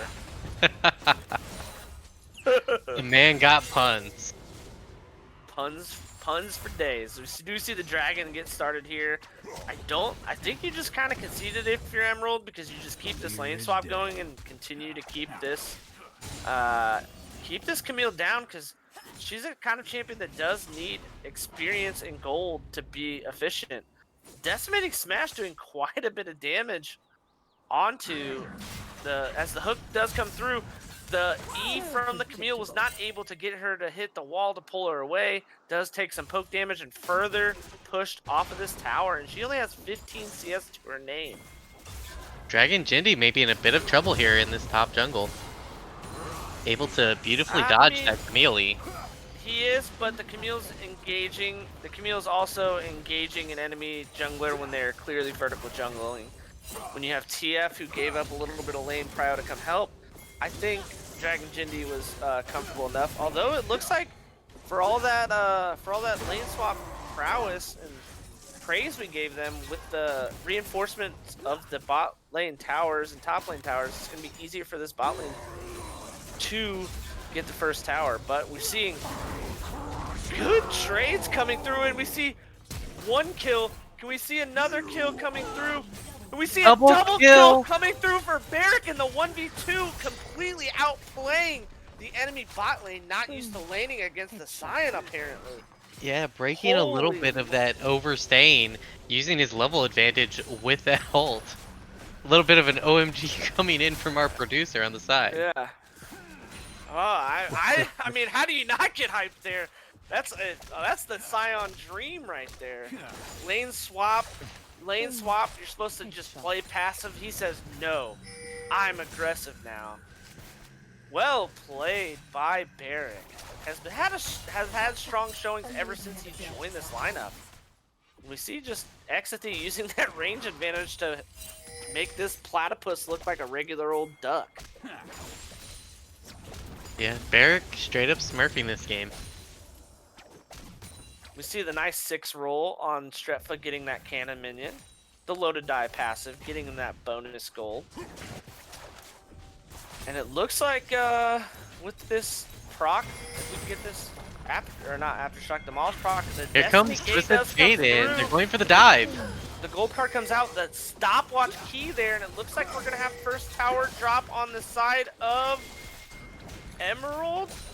It's gonna be a race. It's gonna be a very close race, and Red Team does secure first brick, if only by a couple auto attacks. And I'm gonna say that was a photo finish. That is actually just the difference between the reinforcement on the top lane tower, because I think it was season 6 when the lane swap was prevalent. They did that. That is gonna allow this Dragon Infernal Drake to go over to GBU for free. Camille thinks she's got. Oh, and this Caitlyn is dead as the Galio ult. Dragon Jindy also in trouble. I don't know if he'll be able to get out of this one. Ezreal ult does come through. The slow comes down. Does she have the E? She does. And then a flash away, and the Rift Herald was not enough as the W comes through, and we get the Platypus pulling himself up by his bootstraps back into this game. Yeah, pulling a Barrick right there. I don't know if I'd quite say that's a Barrick. Barrick did 1v2, and that was 2 isolated 1v1s with the help of a Galio. Yeah, it's now coined as pulling a Barrick. Yeah. I'm just saying it wasn't. I'm willing to call the 1v2 in a lane swap a Barrick, but that wasn't quite that. Fair enough. Galio having the time of his life here in this mid lane, picking up a few plates in the absence of Twisted Fate. The hook does go wide. Snare goes down. Not a whole lot of craziness there. Yeah, I think even looking at these quote-unquote bot lanes, so our AD carry and our support, looking at both of them, definitely this swap is favoring the side of Emerald. The Shen ult comes down, and we see the ult stop from Italy, and it looks like we're just gonna see Barrick take a death here. Does trade over some things, barely walks away. The shutdown does go on to Platypus, and who is down 30 CS, unfortunately for unfortunately for Barrick, he trades his life, but the Emerald squad is going to pick up the Rift Herald on the back end of that, able to let them possibly transition it mid or even bot to flip the map power pressure back into their favor. Yeah, getting this early gold lead on Caitlyn, I feel like is a lot better than Ezreal. Now as the game progresses, I think Ezreal is going to get a lot stronger. But you also have Karthus, who's just been kind of power farming this top side very safely, not getting punished by this Nidalee at all, and that's going to start being a very commanding presence in this game. Does have a 17 CS lead, which, oh, the nice stun there coming from Barrick is a level up on Platypus. Platypus does not have any mana. The slow comes down after the shield is popped. Another slow and the armor shred coming through in the shout, and he's just gonna leave it to let him run away this time. Yeah, Barrick wisely choosing not to greed on that one. Luckily, no one would have been collapsing, but you never know. Yeah, the lack of vision on the bot side of the map is really why he was forced to back off there. Now, had it been top lane where they've got, they've got the Scuttle Crab, they've got the 2 pink wards, he could have chased her all day. Yes, but this map is very clearly split. Yes, this is a vertical split map as opposed to the normal horizontal.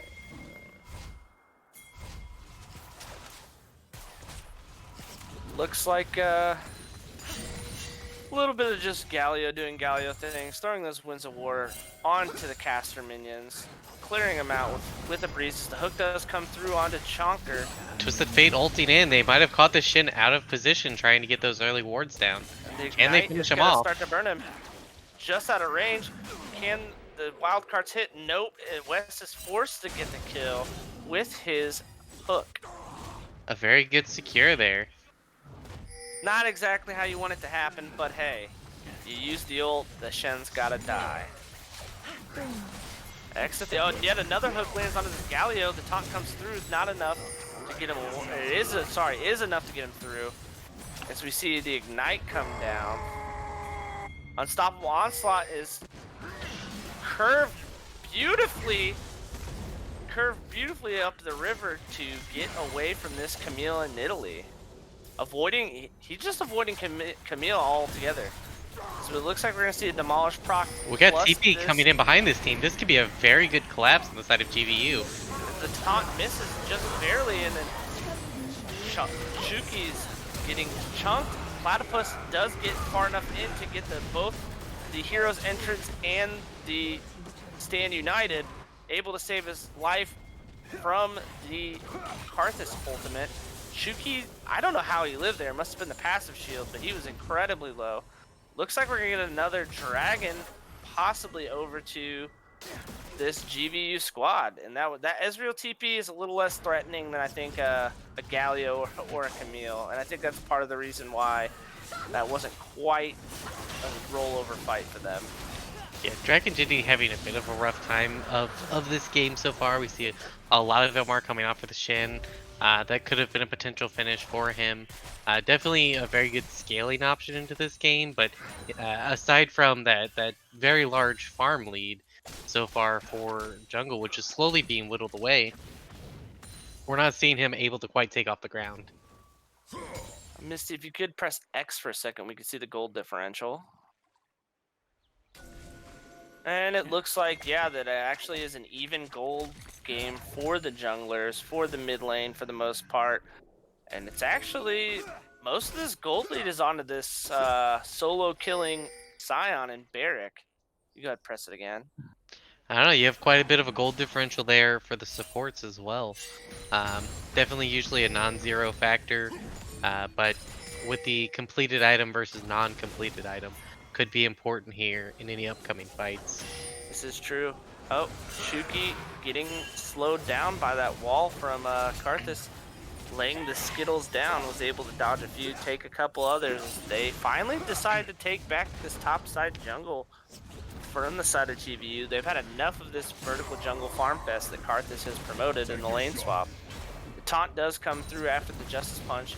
Barrick's really just going to shrug off most of this damage and throw the Decimating Smash down just to kind of trade. He doesn't really care about the Galio in the lane as much. The only people that really scare him are Nidalee poke, like the Nidalee spears from Fog, and then a Platypus running at him. But Platypus doesn't even have the Triforce, so I think he might not even care about him either. Yeah, big beef man, not too scared of anyone but the butcher. Yeah. Well said, Iowa. I mean, with that Soul Furnace passive on his W, which, if you do not know, does give him bonus health per minion killed, pretty strong if you can sit there and just kill minions, which right now he's able to do. So that's part of the reason why he's able to just shrug off almost all damage. Yeah, so far this game pretty even. I think right now we're probably looking at GVU being a little up. They have a small gold deficit, but being 2 dragons up is definitely something that is making up for that small differential in terms of statistics. Yeah, I mean, part of that's the reason, and part of that's the vertical jungling. Oh, Like, absolutely. Dragon Ginny knew what he was doing when it, like, you know you're gonna give away the drakes when that happens. And it looks like we've got a mountain soul possibly for this soul. And that, I mean, if this Emerald squad can get a 4-soul mountain soul, oof, that Scion and Nautilus are gonna be incredibly hard to kill. That is the poke comp's worst nightmare. Is a mountain soul on tanks. The hook does come through onto Chuki, force the taunt away. A spear does land with some pretty good damage onto Wes. The Soul Furnace gets popped onto Platypus, misses the hook shot. The Destiny comes down, the Decimating Smash. Oh, it does come through. The heal comes down. We're gonna get a gold card thrown onto him. The Stand United does get him in, but at what cost? Chuki pays for it. The flash done, or flash snare comes through, and shutdown goes onto Platypus, goes onto Strepsa. I don't know if that was the Stand United you wanted to hit, bud, because you just gave him 2 kills instead of 1. As we see XD try to clear out this mid wave, it is probably going to be able to do so and save the tower. And we're going to get an inner tower taken here from the side of Emerald. Get even more gold channeled into this thick Barrack Scion. Yeah, we got a minute coming up on this first dragon that Emerald is no doubt looking to finally contest, and we can see the bags coming off as they're going to look to set up for this objective coming up here soon. Yep, you got a nice reset timer out of both Scion and TF. The bot lane's resetting right now, and you've got Dragon Ginny playing kill both camps at the same time. I'm hoping he can get that killed without a smite in time, or his team can hold steadfastly enough for them to be able to get both objectives. As the Rift Hero does get slain by Dragon Ginny, blue buff gets taken by Nidalee. And it looks like we've got an Ignite coming through on the Unsealed Spellbook from Galio. And was that a stand you? No, that was not, sorry. Just the way he appeared in front of Nidalee. I thought he might have used the Stand United preemptively, which would have been crazy as the taunt does come through. Goes just a bit wide. Ezreal throwing those Qs. Poke in, some good poke damage. The hook does come down onto Chuki. TP coming in behind. TP coming in. Decimating Smash being charged. Neil getting knocked up, getting hooked again, getting CC'd to death. XD's backing up, trying to kite as best as he can. The Justice Punch comes on, so the Winds of War is able to get the kill onto him. The stopwatch keeps this Karthus from being able to get the kill on. Strepta's forced to flash away, and that looks like it's going to be a dragon on the side of GVU, and Barrack gets out barely with his life, and yeah, a 3-for-1 when your jungler going down. Yeah, that's going to be soul point for GVU, and we see the gold card coming through. A little bit of more poke damage coming down. Chuki playing with fire possibly. If he was going to go for that tower dive there, you see yet another dragon come through on GVU, and this early vertical jungling may be starting to not go in the favor of Emerald when they're losing 3 straight Drakes. Yeah, and part of that is just this Karthus pick. I mean, we haven't seen him able to do the things he wants to do as of yet. We see a hook go wide right there, but very nice Justice Punch, using the back step to dodge the hook and then jumping right through. Yeah, unfortunately, like I said, the Karthus, we do see a level up on him, but especially in these fights, we're seeing him just not able to take off the ground. We see the stopwatch, or excuse me, the Zonias come out of Galio in that last fight, just completely negating the ult that would have potentially cleaned him up. Most of the rest of the team, getting out relatively healthily. Big Um, completion though does get that Leandries finished. Next to probably indexing into a Rabadon's Death Cap to really make sure that burst damage comes through. Strefa oh barely my dodges out gosh. on the True Shot Barrage. Fancy footwork. Stretfo walks up for some farm and quickly turns his butt around. Strepfa more like Strutfa, the way he just dodged those abilities. So we see some great vision control coming through from Chuki. Does spot West out with that sweeper, allowing Nidalee to get a free spear damage down. And then towers are starting to get evened up from the side of the GVU. Barrick, still a beefy boy that doesn't care about damage, and Strefa does care about damage because he takes quite a bit. The True Shot Barrage comes through again, just barely wide again. And this Ezreal does have his 2-item power spike plus a Cogfield Warhammer on top of it. Barrick is just kind of taking the abuse and not really caring from this platypus. Tricky to the point where, he's had a few instances earlier on where he proverbially had his hand caught in the cookie jar. But definitely getting to that point where he's a little safer now, can kind of These press this little advantage. actually, there's a little bit pushed forward there and did not know that the enemy team was behind him. It did not go for the stun or the flank there. It looks like X-City's being a bro and leashing for Dragon Jindy. Nope, just gonna take all those chickens. Interesting. And we just see the Rift Hero does get spawned middle. I don't think it's going to be able to actually get a charge off because this Ezreal is just going to do too much damage to it. And it's just going to die, which is rather unfortunate. You basically traded that 3rd dragon for that because the timing of the backs and everything. So that's kind of feels bad that they weren't able to get any more tower pressure out of it. We've got about a minute 55 here now until Soul Point. You have to contest that. Doesn't matter what you think if you're Emerald. Yeah, it's time to contest, time to try to get the fight you need to get. Yeah, and it may be a rough contest as well, but kind of like I had mentioned earlier, and we're continuing to see Dragon Jindy with his power farm. This Karthus has amazing clear speeds. We do see him out leveling currently. Colthrow on the other side on the Nidalee. So if it does come down to a smite fight, he does have the edge. Yeah, and interesting enough, you do see the Ardent Sensor and Athene's on Nidalee not going for that big burst damage, instead going for the keep Ezreal and Platypus alive approach. It's kind of what it seems like here. Yeah, TF with TP, pushing top.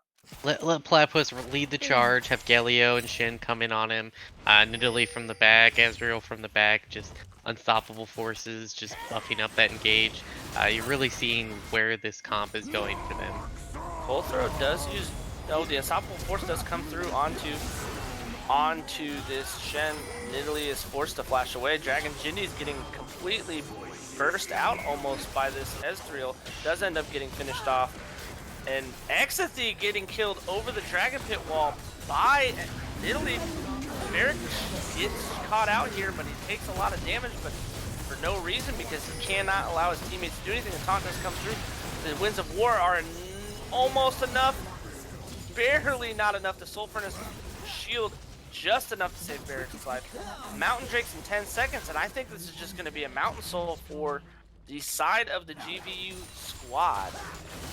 Yeah, maybe not the best thing to see here, but some key picks from the GVU side playing this comp very well. You can tell it's something that they're definitely practiced on. Dragon Jindy not having a great time so far on this Karthus. And Shen of all champions does secure that with an auto attack. Maybe a bit of a flub there.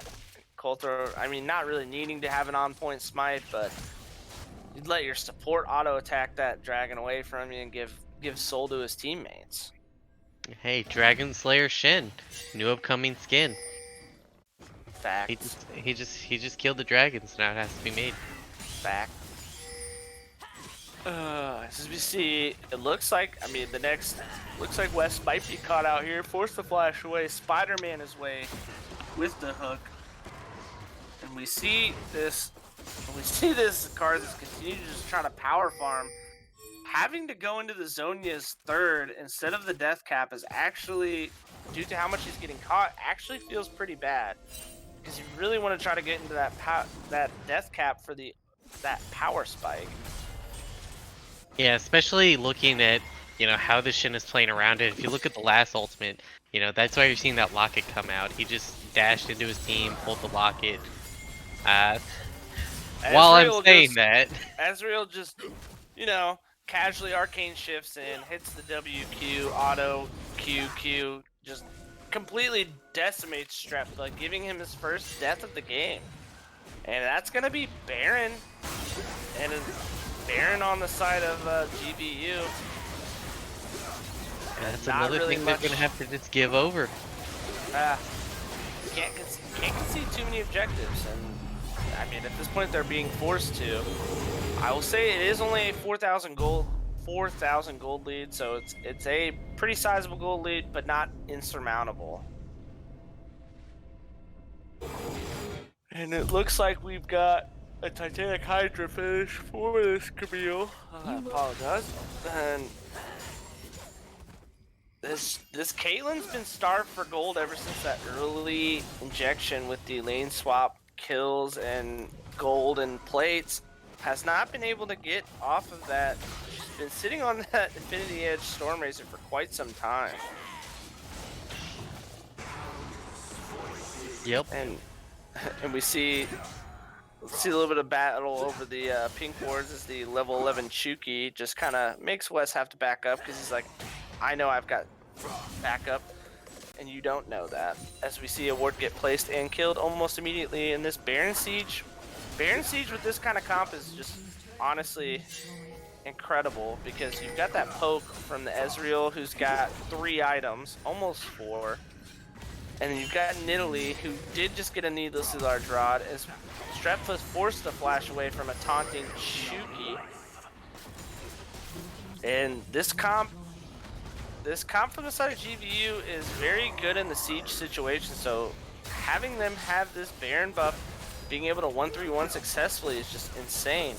The amount of poke they can have to just get you to go off the towers so they can just siege it is unreal.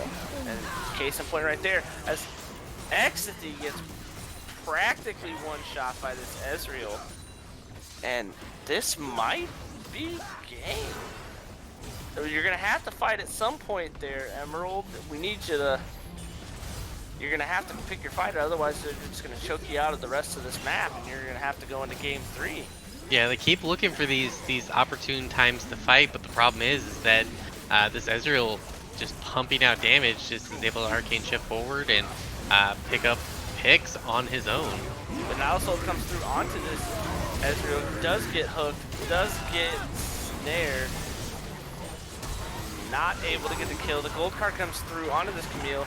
She's knocked up by the Decimating Smash. Exidy is just pumping as many auto attacks as he can into him. Stand United is just enough to save Gallia for the time being. Gets knocked up by the Decimating Smash. The dodge field does save his life for the time being. Another gold card comes down in the Ezreal looks like he's gonna get shut down, but it does not matter. Meanwhile, your base is getting destroyed. GG.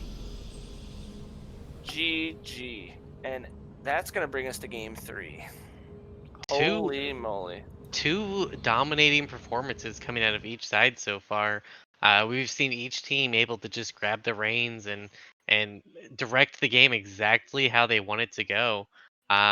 Maybe that early game and that didn't quite go how GPU imagined, but they were able to, just completely flip the script.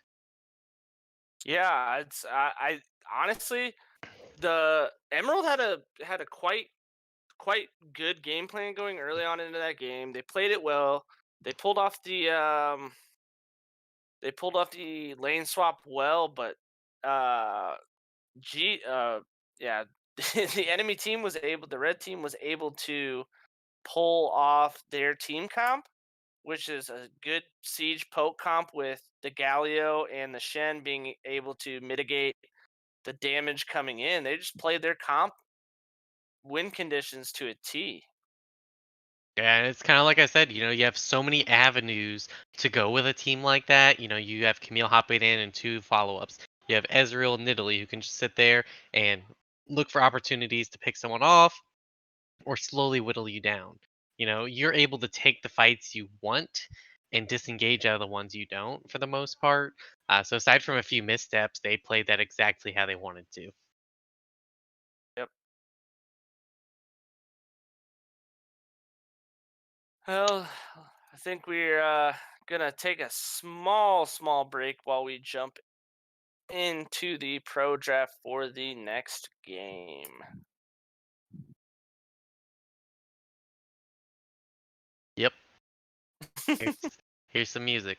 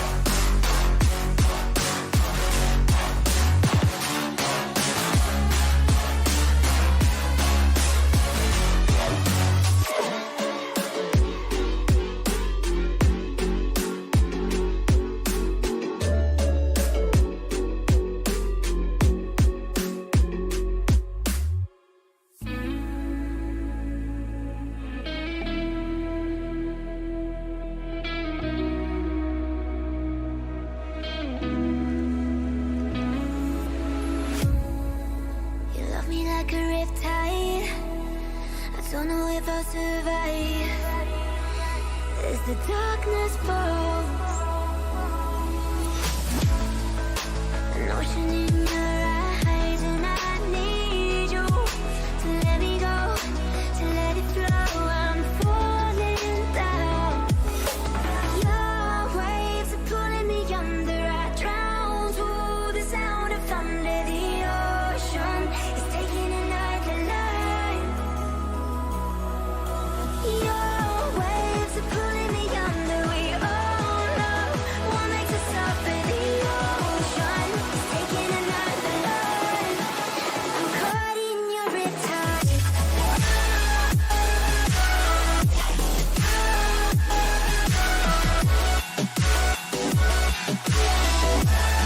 I'm caught in your riptide.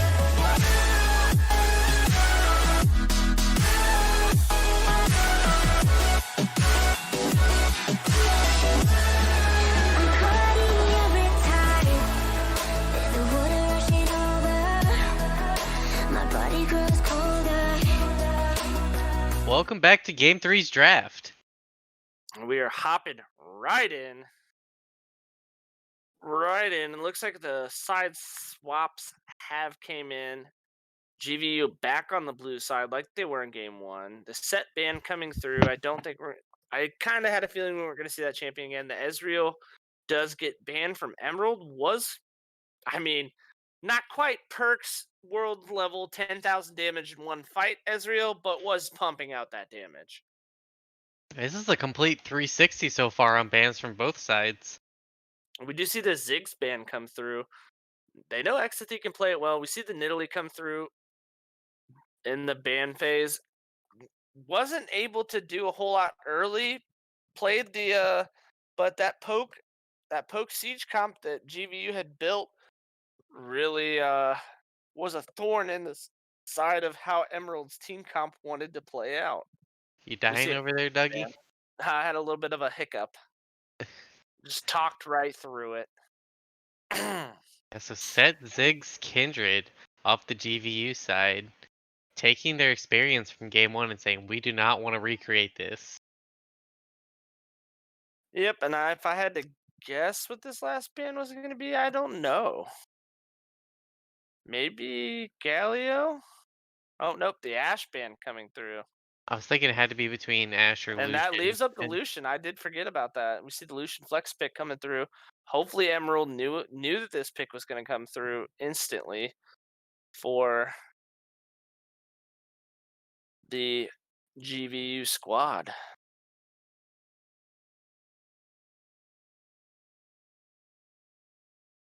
See the last couple seconds to roll through. Emerald contemplating their pick. And it looks like Dragon Jindy's going to be on the Horse Boy Hecarim. I like it. I like it. I like it. He has shown that he can carry the game hard on this champion consistently. Yeah, a lot more so than the Karthus from last game, a brand new pick that we've never seen him on. I think the comp just wasn't conductive to it. Not that he didn't play it well, just was never able to get to a position that he needed to be. And then we see the Syndra also picked up is a flex pick potential between Strepfa and Exathy. We have yet to see Exathy play it this season in this league, but it is Um, possible. I I don't think think that he's is played I it. think that is incorrect. I don't think I've well, none of the games we've casted then. As we see the Senna lock in, Senna has been a prevalent pick pretty much since release. There was a couple patches where you weren't picking her at all, but very strong champion, Triple especially 80 with carry from the side of GVU so far. you know what I'm thinking here? Insta lock, top laner, Malphite. Malphite, and they lock in Shen. Not a Shen bad worked. pick. Not a bad pick. You still can flex it down bot and still get that Malphite. But Shen is good with his W to counter, and we see the insta lock Camille ban almost instantly. Platypus, that game did look like Agent P on Camille in that late game. Was able to pump out damage and do whatever he wanted to do. Very true.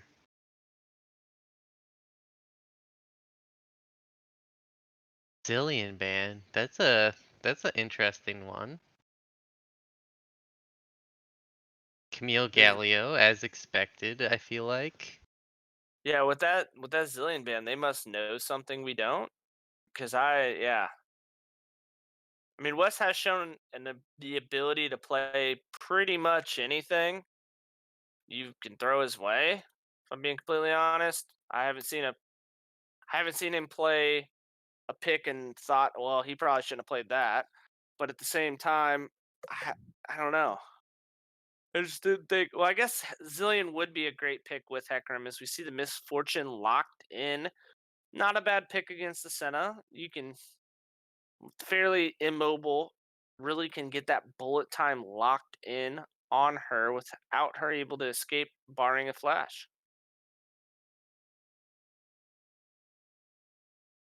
All right, what do you pick here if you're the side of GVU? It looks like it's going to be Silas for the first pick. A lot of really good ultis. Okay, I can see that. Syndra's is less good, but yeah, I'll say the other three are definitely very, very good. Eh, Oh, are they teasing me? Is this going to be a Rumble bot lane with Senna?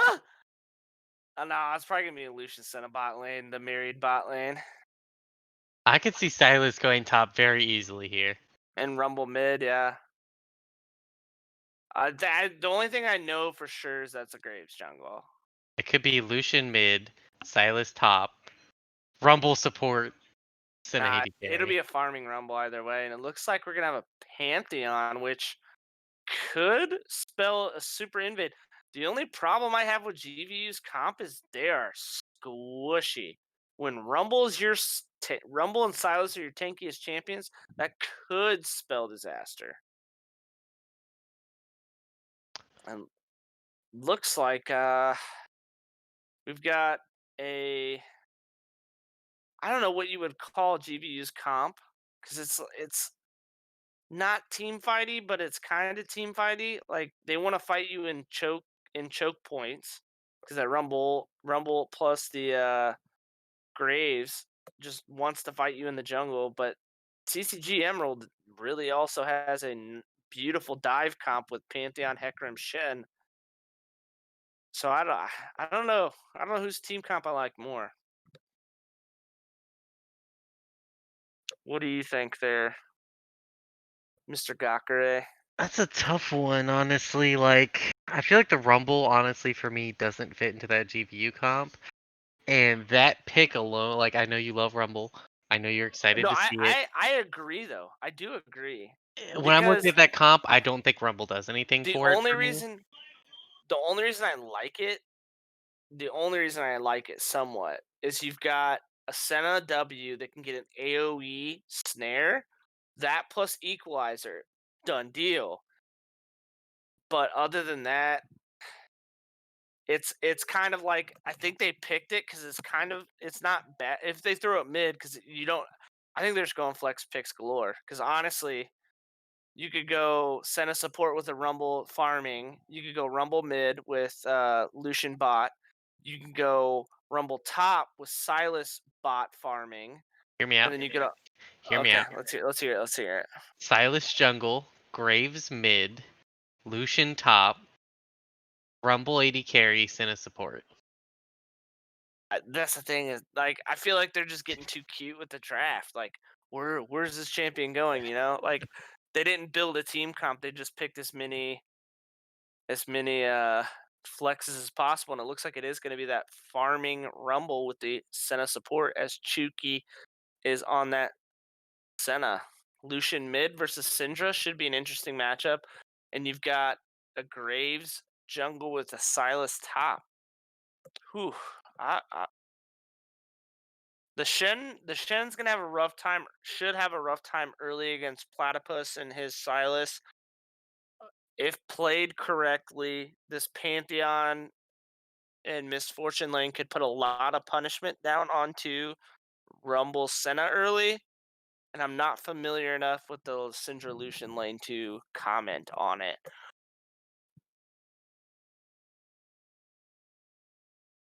But I see three Lucian, backline champions and two midline champions on the side of GVU, and then I see a heck of a dive from Emerald. So who's gonna protect you from the dive? yeah, Lucian nowadays is the counter pick of choice into the Syndra, so in theory it's a really good matchup for him. But it can be very, very skill dependent. Yeah, it's a skill check. As from my understanding, it's a skill check. I'm just not sure as how the mechanics of it, the lane work. And as we wait our spectator delay, and we are in a game 3, I do get the chance to make my epic game 3 comeback onto the skin game. So Uh, since you are in the lead, you actually have to go first for yep, once. I got my picks already, so I'm gonna Okay. start off at the top of my list. I had to rethink it a little bit once we saw where everyone was going, but now that I know Lucian is mid, I don't think we're gonna have the high noon matching bot lane. I think we're gonna see Pulsefire Prestige Lucian. Okay. Okay. We're gonna see Pool Party Graves. Okay. I think we're gonna have the Prestige skin out of Senna, not the high noon skin. It's Mhm. True I know what you're talking about. Damage. True damage prestige.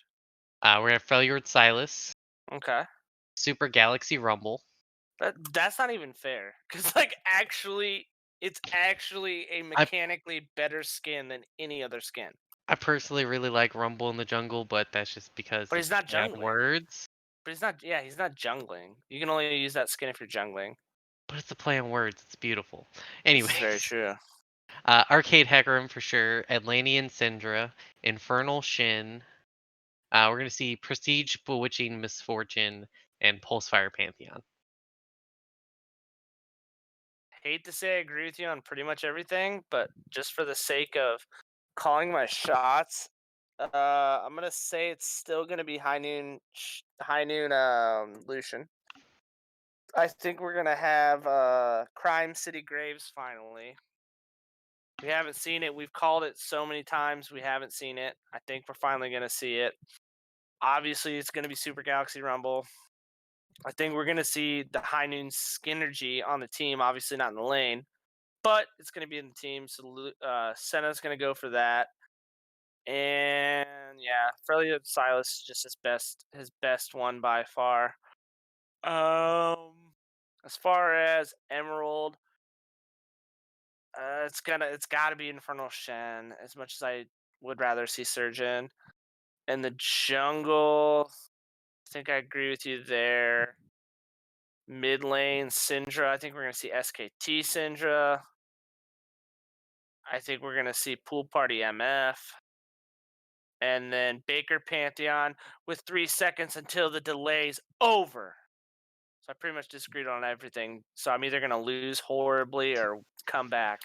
You agreed on 4. It's not That's terrible. 6 differences.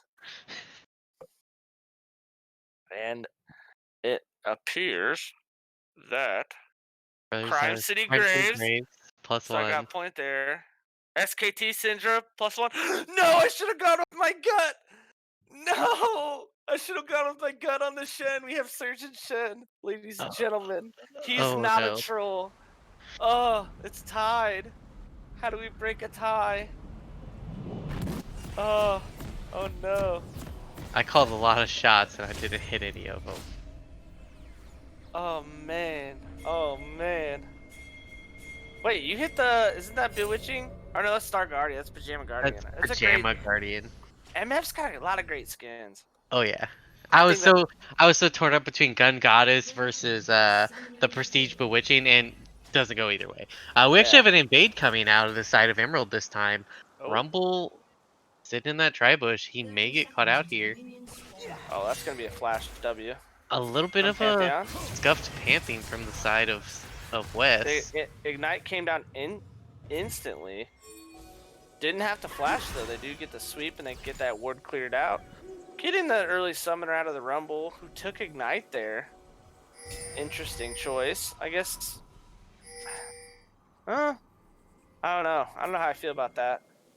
It was an interesting choice from West. He kind of came off the wall there for a second and revealed their position. Yeah. I don't know if that was intentional or not. It's a tight line to pass on. Very true. And it looks like Platypus is hiding in the bush waiting for this Shen to walk in the lane and get a little bit of punishment down. Yeah, and they got that deep ward on the top side. It looks like we do see Hecarim starting Raptors. Yeah, I wonder if we'll see anything from... We see Platypus coming in behind him, though. Yeah, Platypus getting on that... Oh. Doesn't get a single gosh darn thing. Not even close, Dragon Jindy says. As we see the level 2, and it looks like we were going to have some more vertical jungling, although Graves does get spotted out by that ward. Did he sweep it in time? Yeah, he did, because he got the CS early. And Barrick is using that shield passive plus the Q auto damage buff to trade pretty well with Platypus, and that's something you can do. While this can be a rough lane, if he doesn't take that Kingslayer level 1, which he's more than likely not going to, you can really punish him early. As the W comes through for the snare on to West, just getting some souls out of it. Delaying this level 2, Shen's doing a great job of actually playing this lane and managing the wave to keep as much CS out of Platypus's hands as possible.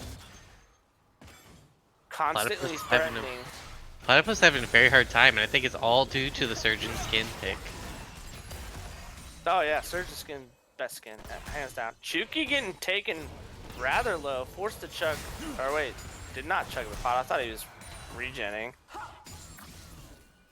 It looks like he's chugging the pot. He Does it did not? indeed chug a pot. He gets Oh two yeah, you get pots. two. You get two after I'm thinking 80 carry where you only get one. So yeah, it was forced to take a pot out there. The flash stun coming down. The ignite is enough to get first blood on the Exity. Did have to flash, did have to heal to get to that killing time. You see all 4 summoners burnt, but you did get the first blood out of it. The only summoner remaining in this whole bot lane is the flash from Rumble. You see the taunt come through from Barrick, the dodging out of the auto attack boosted damage, as it looked like that Scuttle Crab went over to Dragon Jindy. I couldn't really tell. It Yeah, did indeed. Dragon it did That it was very close. very, And very. Graves barely warded out by Pantheon. Does throw up that unbreakable shield to block damage, which, you know, part of the reason why he's so strong in support. A little bit of auto trading down. Lucian getting Stun onto stunned Lucian. down. The Dragon Jindy using the decimating charge onto Coast. Did we decide on how to say his name? I'm just gonna say Lucian for now, but able to get yet another kill onto this Emerald lineup. As you see the Kingslayer healing up Platypus for quite a bit, doing quite a chunk of damage into Barrick. And he's chugging that pot, using that regen off of that Doran shield. He'll be fine for now. Does taunt through, gets the nice grass proc up, does get the Kingslayer baited out, able to heal up most of that damage. If it wasn't for that ability, I think that would have been a solo kill on the side of Barrick. But Silas is a champion. Yeah, but I mean, as you're saying that, we're seeing the corrupting pot charges start to flow out. He's getting shoved constantly under tower, and Graves focusing this bot side. He's gonna start to get choked out of these waves. There's another scatter of the week coming through onto this Lucian, continually stunning him up. I think you're gonna have to see a teleport here coming out of this Platypus to get back to lane. And if that's the case, oh, the teleport does, or the recall does get stopped there. Barrick playing with fire a little bit, relatively low, does not know where. Now they do know where Graves is, and is able to use that knowledge to not have to recall. Looks like he's going to try to shove one more wave to deny some more XP. He does have a 15 CS lead on Platypus. Silas TP does come back to lane. Shen might TP to follow. I'm not sure. We'll be close to that Stand United in that level 6. First item, Avarice Blade does sell it back real quick and decides to not go that avenue. As we see some trading from Exity onto this Rumble, and that's the problem with this Rumble. As much as I love the champion, interesting lane choice, because you're just gonna constantly be behind those minions, and you're gonna get that double shot onto your face. Yeah, Very hard to dodge that. Definitely a rough matchup. Maybe, you know, as I started thinking about this comp a little more, it can definitely punish Exithy for those root durations. If you just say, okay, well, if you're gonna ult my team, I'm gonna ult you, and you're gonna die for it. Yeah, this team, honestly, this GVU lineup's team fight is gonna come down 100% to how well BioJail can land these equalizers, and if he lands them well, their team fights are gonna go good. If not, it's gonna be rough. That and Stretfa's ability to land these stuns. I will say GVU has a very slippery team fight. Looking at the Graves, looking at the Lucian, looking at the Silas, they could just jump around these fights constantly, survive for so long, dodge so many things. But you stun them up and you burst them down, and they just don't exist. You know, if Stretfa can continuously outplay with the R ability, which he did just activate, it's going to be a rough day in the office for this GVU lineup. You know, that being, like, as much as we were saying this is a rough lane for Rumble, with his Flame Spitter wave clear, he is able to build up a lead. He does get stunned down, does get chunked out for almost all of his health bar, forced to heal out of this Senna, forced to flash away. His Ignite did go down onto West, was not enough really to do the job. Another scatter of the week coming through Stretfa landing. You do have a stolen Stand United for Platypus as they continue this fight. Hopefully the bot lane of Emerald knows this is coming.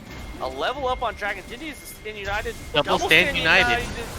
Who can get theirs better? Looks like Barrick is able to get the kill onto Graves. Dragon Jindy is gets a kill on the Platypus, and the originator of the Stand United comes out ahead due to Dragon Jindy being able to give the backline access with the unstoppable onslaught. Yeah, Dragon Jinny getting exactly the start he wants. Oh no! Strefa was not able to dodge Stretch- turret aggro. Stretfa, why? I understand why he did it. It's just they weren't able to juggle aggro. And Dragon Jindy getting fairly low here should be able to smite it out here. Oh, it does not actually have smite, so this is gonna be very close. You know, he just really wanted to kill that Senna. Once he missed the scatter of the week is probably when he should have backed off, but you know. I've always heard that Strefa ain't scared, so. I mean, yeah, just get that mental into him. Say, hey, I'm not scared to just walk under a tower at you. But in reality, Dragon Jindy, the man to truly be scared of right now, as he has a 3-0 start on this Hecarim, exactly where he wants to be. I would imagine we're going to start seeing him all over this map. Yet another scout of the week comes through. This Lucian has a dash, but has dodged very few scatter of the weeks. Strefa making up for that little bit of a tower flub there. Now, I will say, while he didn't dodge the scatter of the week there, he dodged the follow-up sphere, and that was actually very, very large damage mitigation. Oh, sphere. All I heard was sphere. I'm like, that's not what that does. Now I understand. No, we're talking Euclidean geometry. Oh wow, I'll believe you. Whatever, that's a big word. So I trust you that that's real. As we see, the taunt just missed as the abscond is used by Platypus to get away. A double buff Shen is nothing to joke around with. Those did just expire, but prior to that, part of the reason Platypus is being forced to play back, those auto attacks can really hammer into you. As we see the equalizer come down, not really hitting a whole lot. Bullet time misangled just a tad bit. Graves is there to trade a kill over, but it looks like we're gonna have a dive in the top lane, and this Sylas has to know what's coming, considering his lane just got stole the onslaught of shadows. Gets a flash in, he's able to trade a kill onto Barrick. Goes 1-for-1. Strefa gets the kill onto Platypus. Can Exity get away? Doesn't look like he wants to necessarily. Able to almost trade a kill back, forced to flash away. Shuki's gonna dive at the tower a little bit. Backs off wisely though. As the ult for Pantheon comes in, gets the stun down, that ignite. The E comes through. Can he get 2 kills? West going for it. He got Shuki. Able to get that empowered spear charged up all the way and lands the skill shot for the death. The Cullen comes through onto the horse. He's not able to turn him into glue. Does take a tower shot, and it will just be a little bit of wave crashing here in this mid lane. Yeah, Sam showing me exactly how to play this Pantheon. Yep. The Stand United comes through, does get the E down, is going to be able to get the taunt through onto it. The Dawning Shadow does almost pull off the kill onto West, and yet another kill onto this Pantheon. Beautiful damage mitigation coming out of West, showing why, I don't know if this is just a contested pick between them, but we saw some bans come out of it game 1, game 2, and so far showing its prowess, really boosting this team across the finish line. Yeah, Wes, I just got this word from our producer. Wes has been playing a lot of the new game Hades, so that's probably why he's been playing Pantheon so well. Rising Neural Phoenix Fire. I've been so absorbed in Genshin Impact that I have not even touched that game. What does that have to do with Pantheon? It's Greek mythology. Got it. That was that. Yeah. No, the game does look very fun. It's like a very RPG, or not RPG. It's like a roguelike RPG-ish type game, dungeon crawler. But it's got like really good artwork too. I don't know. I think you would enjoy the game, but enough about that. We've got a little bit. Nice to get a little bit of little talk, and it looks we're gonna get a nice engage. The pink ward does come down, so he's able to get the stun down into a bullet time, into the onslaught of shadows, which fears him away. The flash out of the equalizer, so he is not burnt to a crisp. And that's just this Pantheon is becoming a game changer. We see the Decimating Smash come through, and Dragon Genie is able to trade it kill over, but it looks like he's going to pay for it with his life as Graves does change it over. Oh, almost gets out there. And this phase rush Graves is going to chase down XD. It's a matter of whether or not he can trade a kill back as he does get the double shot down and actually is able to force this Graves away, scared for his life. And it looks like Strefa's actually going to try to pressure here. Does have that lethal stun he has been able to hit time and time again, but decides probably best not to go for it. Yeah, Hecarim giving a big shutdown over to the Graves. We're seeing this gold differential slowly start being closed despite the kill line. Oh, the Kingslayer really turning this side over. This Abscon of Duck gets stunned down. Is able to get the TMF proc off. Oh. It does not matter because Kingslayer is a broken ability. Please, Riot. Please, nerf. The second Kingslayer. That was just a shorter cooldown than I expected, honestly. Yeah, it's so bad because you max it. Like, you have to max it on him because it gets that low of a cooldown.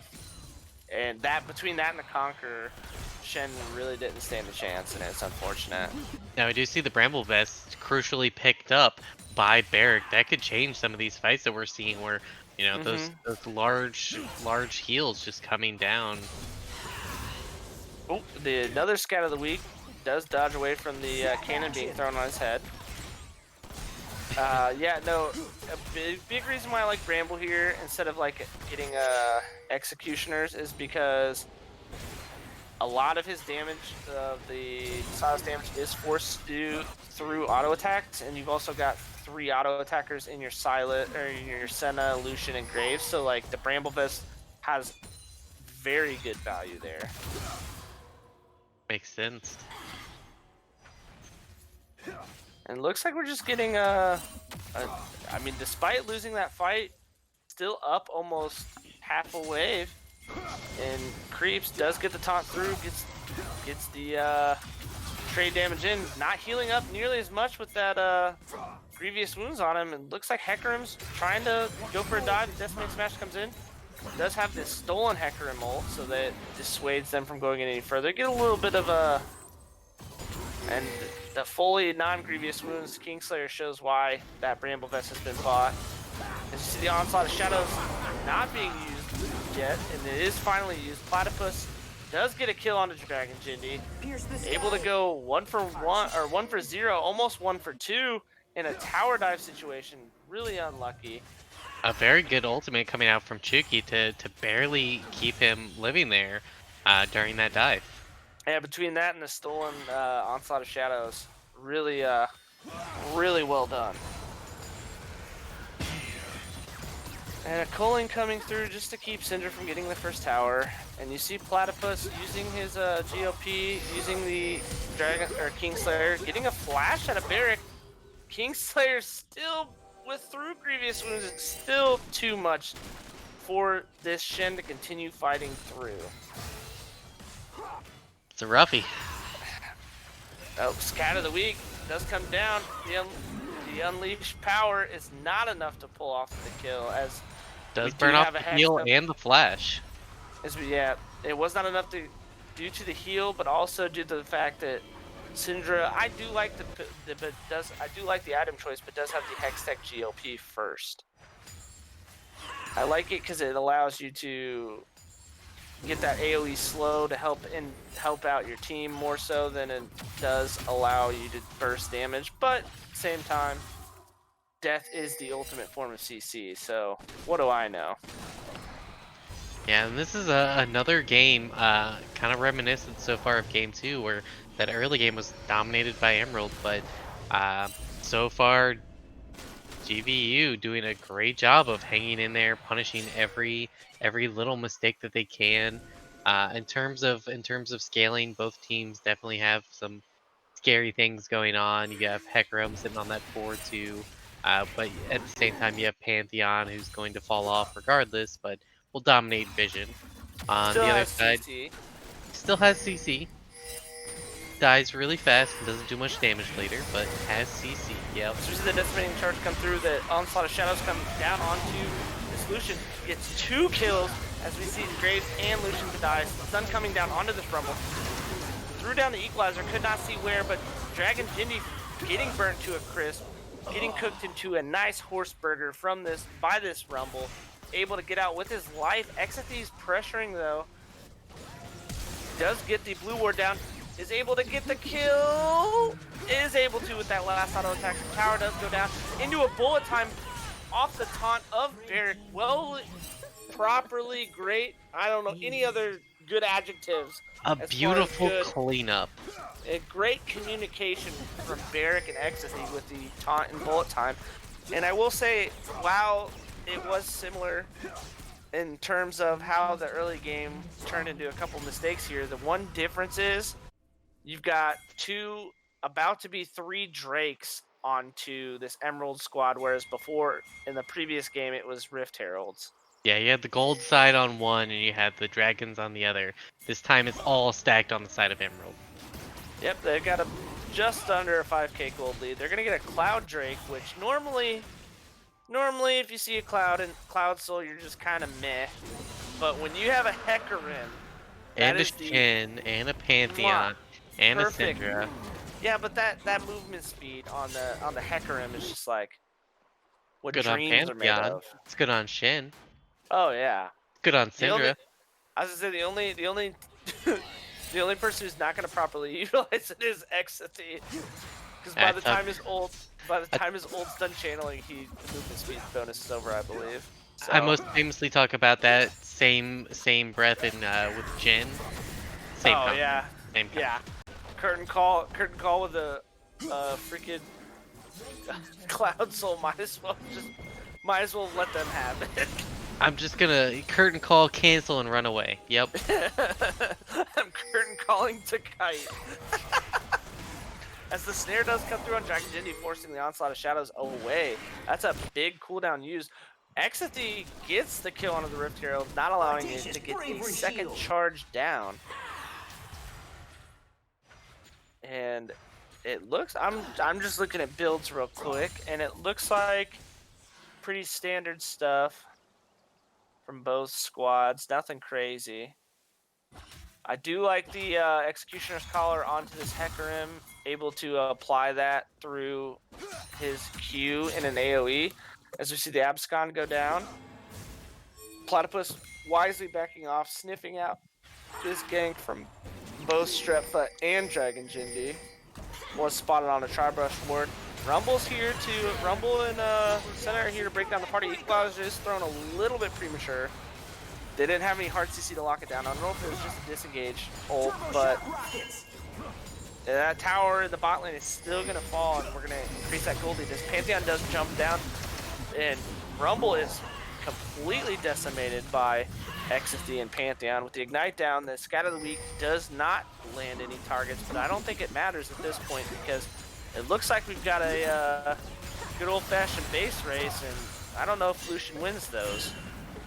I mean, it's very possible he does, but now that we have Stretfa going back to match, we may see, that tier 2 is going to Exathy go might down. be baiting. Oh, nope. They sniffed it out. Yep, they did trade up on the tier 2. I did not think Emerald would necessarily back off, but it was probably the wise decision.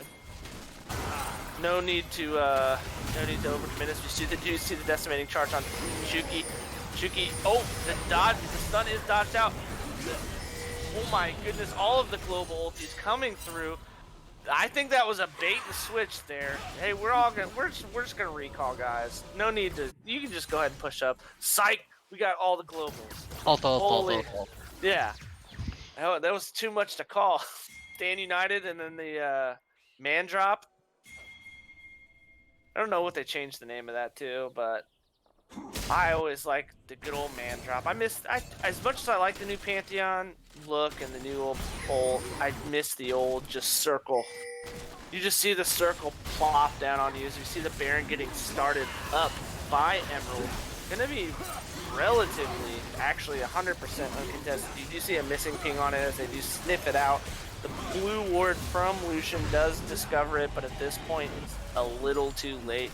as we see the gold lead come up to about 9K thanks to that Lazy Lizard Baron power play.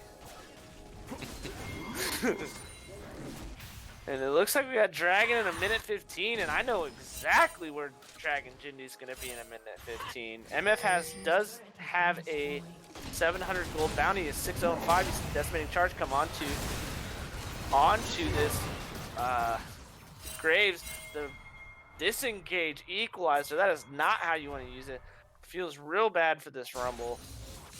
I feel the pain, brother. You don't have very much CDR built, so your ult is not coming up soon enough. I gotta wonder why he's building the blasting wand instead of going for a stopwatch or a fiendish codex. But who am I to judge, you know? Gotta get Exodia before you can get your hourglass. What's Exodia? Leandries plus Rylai's.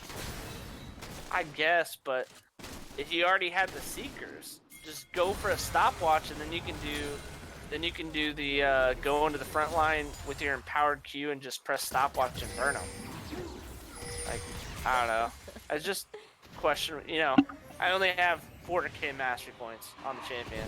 As we see, the Dragon Soul getting started up by Dragon Jindy. And Exathy gonna be pretty much conceded here, and we see that fast movement speed coming out of Stretfa.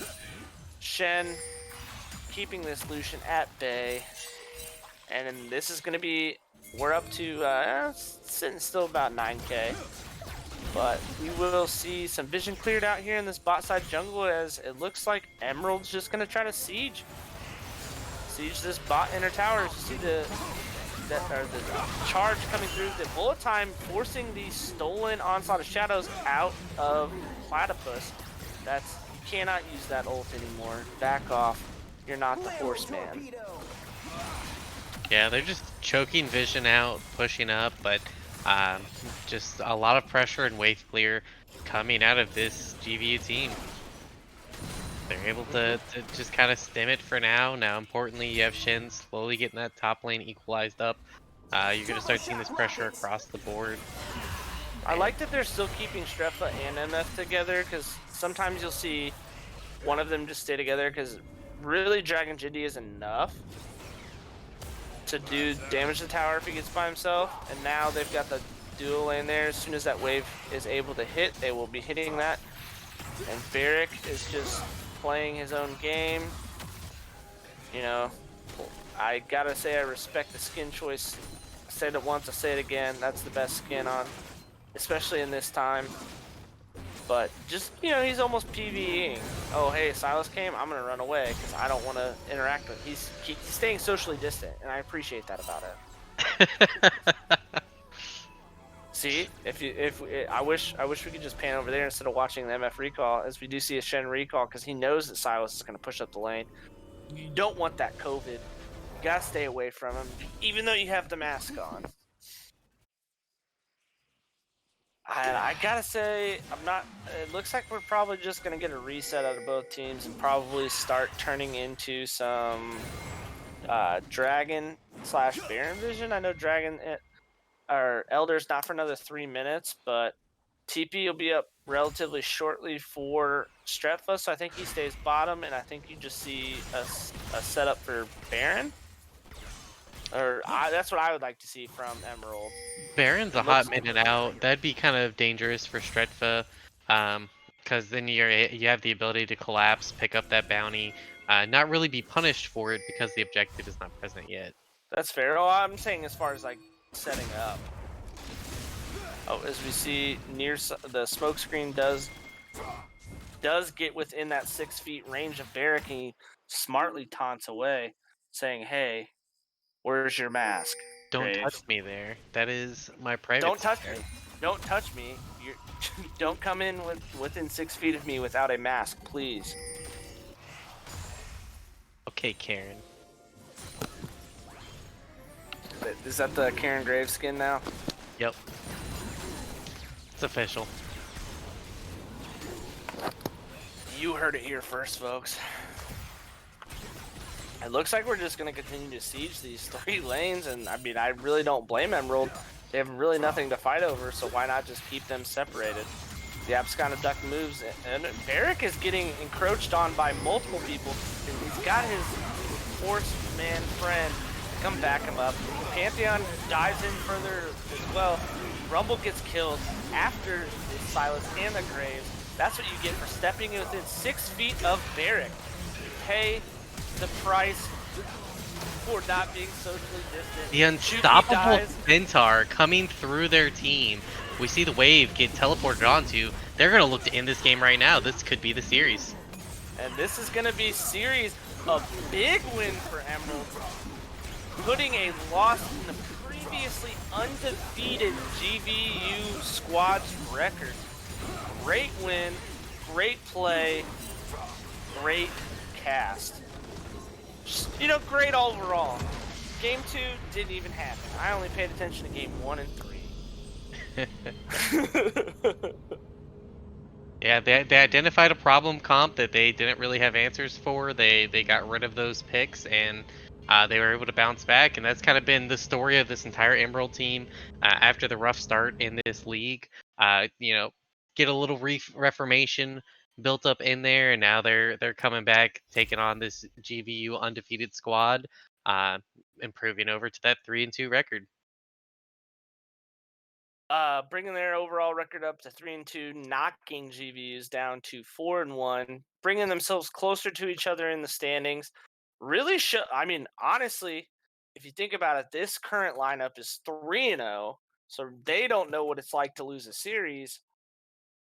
So overall, I gotta say confidence has got to be at an all-time high if you're on the Emerald squad right now.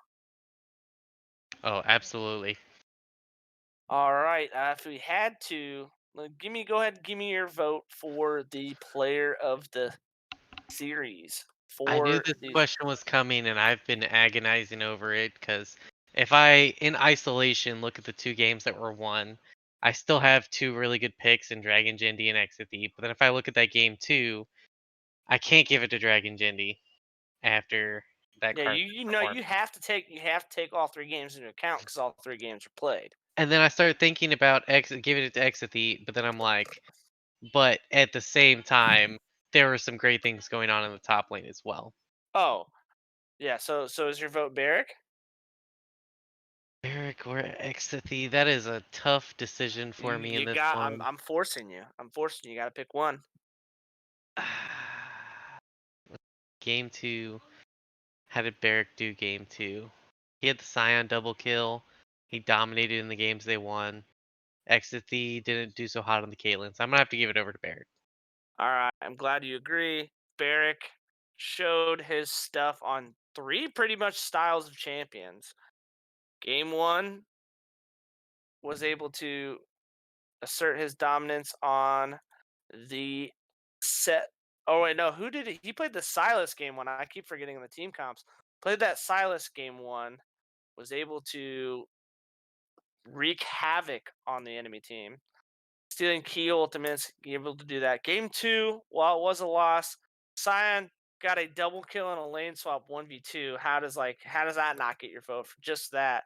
And then this game 3, fully utilizing the Shen, actually winning the matchup early. Great stand Uniteds, well timed W's. Just played the champion well. That's my vote as well. And obviously, it's also because he used the correct Shen skin. It's the first Shen we've seen and we've casted that has used the correct skin. So Yeah, my but vote honestly, is a very tough pick. We saw great performances across the board. But I think just looking at consistency, definitely got to be Barrick. mm-hmm. Congratulations to Barrick. Congratulations to Emerald. Well fought by VGU. GVU. You guys played a very hard fought series. Unfortunately, there can only be one winner. In this case, it was Emerald. GG for the rest of the season. I think that's all pretty much I got. Unless you've got anything else No, that's there. it for me. I think we're good to sign off. GG. Very well played to Grandview University A team. Uh, don't forget to come check us out tomorrow. Yes, you and I got tomorrow. We got our high diamond team, I believe, is Rose Quartz.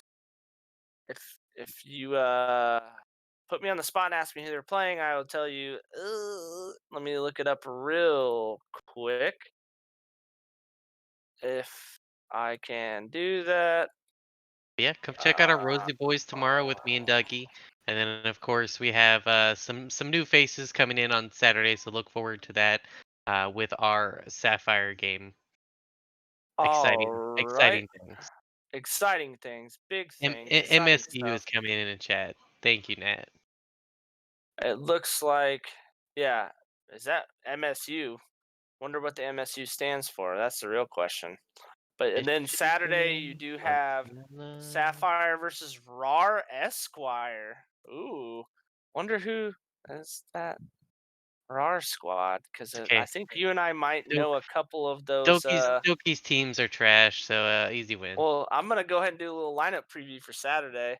It looks like Faded Yumi's on that team who used to be on the CCG lineups. You've got Mad Jack, which other than that, I don't really know very many of those. You don't have Doki on the team, which is really disheartening. But you will see Iowa and I tomorrow, like we had previously stated, for the Upsurge Minor League Rose Quartz game versus MSU. Saturday will be the Wolfpack Gold CCG Sapphire versus RAR Esquire, which will be Oceans. And I'm not sure, but we do have two new casters, so one of them will bless your ears alongside Ocean. But for myself, Gav Dougie Fresh, and Mr. Iowa Gakure, and the lovely Misty on production, have a lovely night. Stay safe. Don't end. And that's all, folks.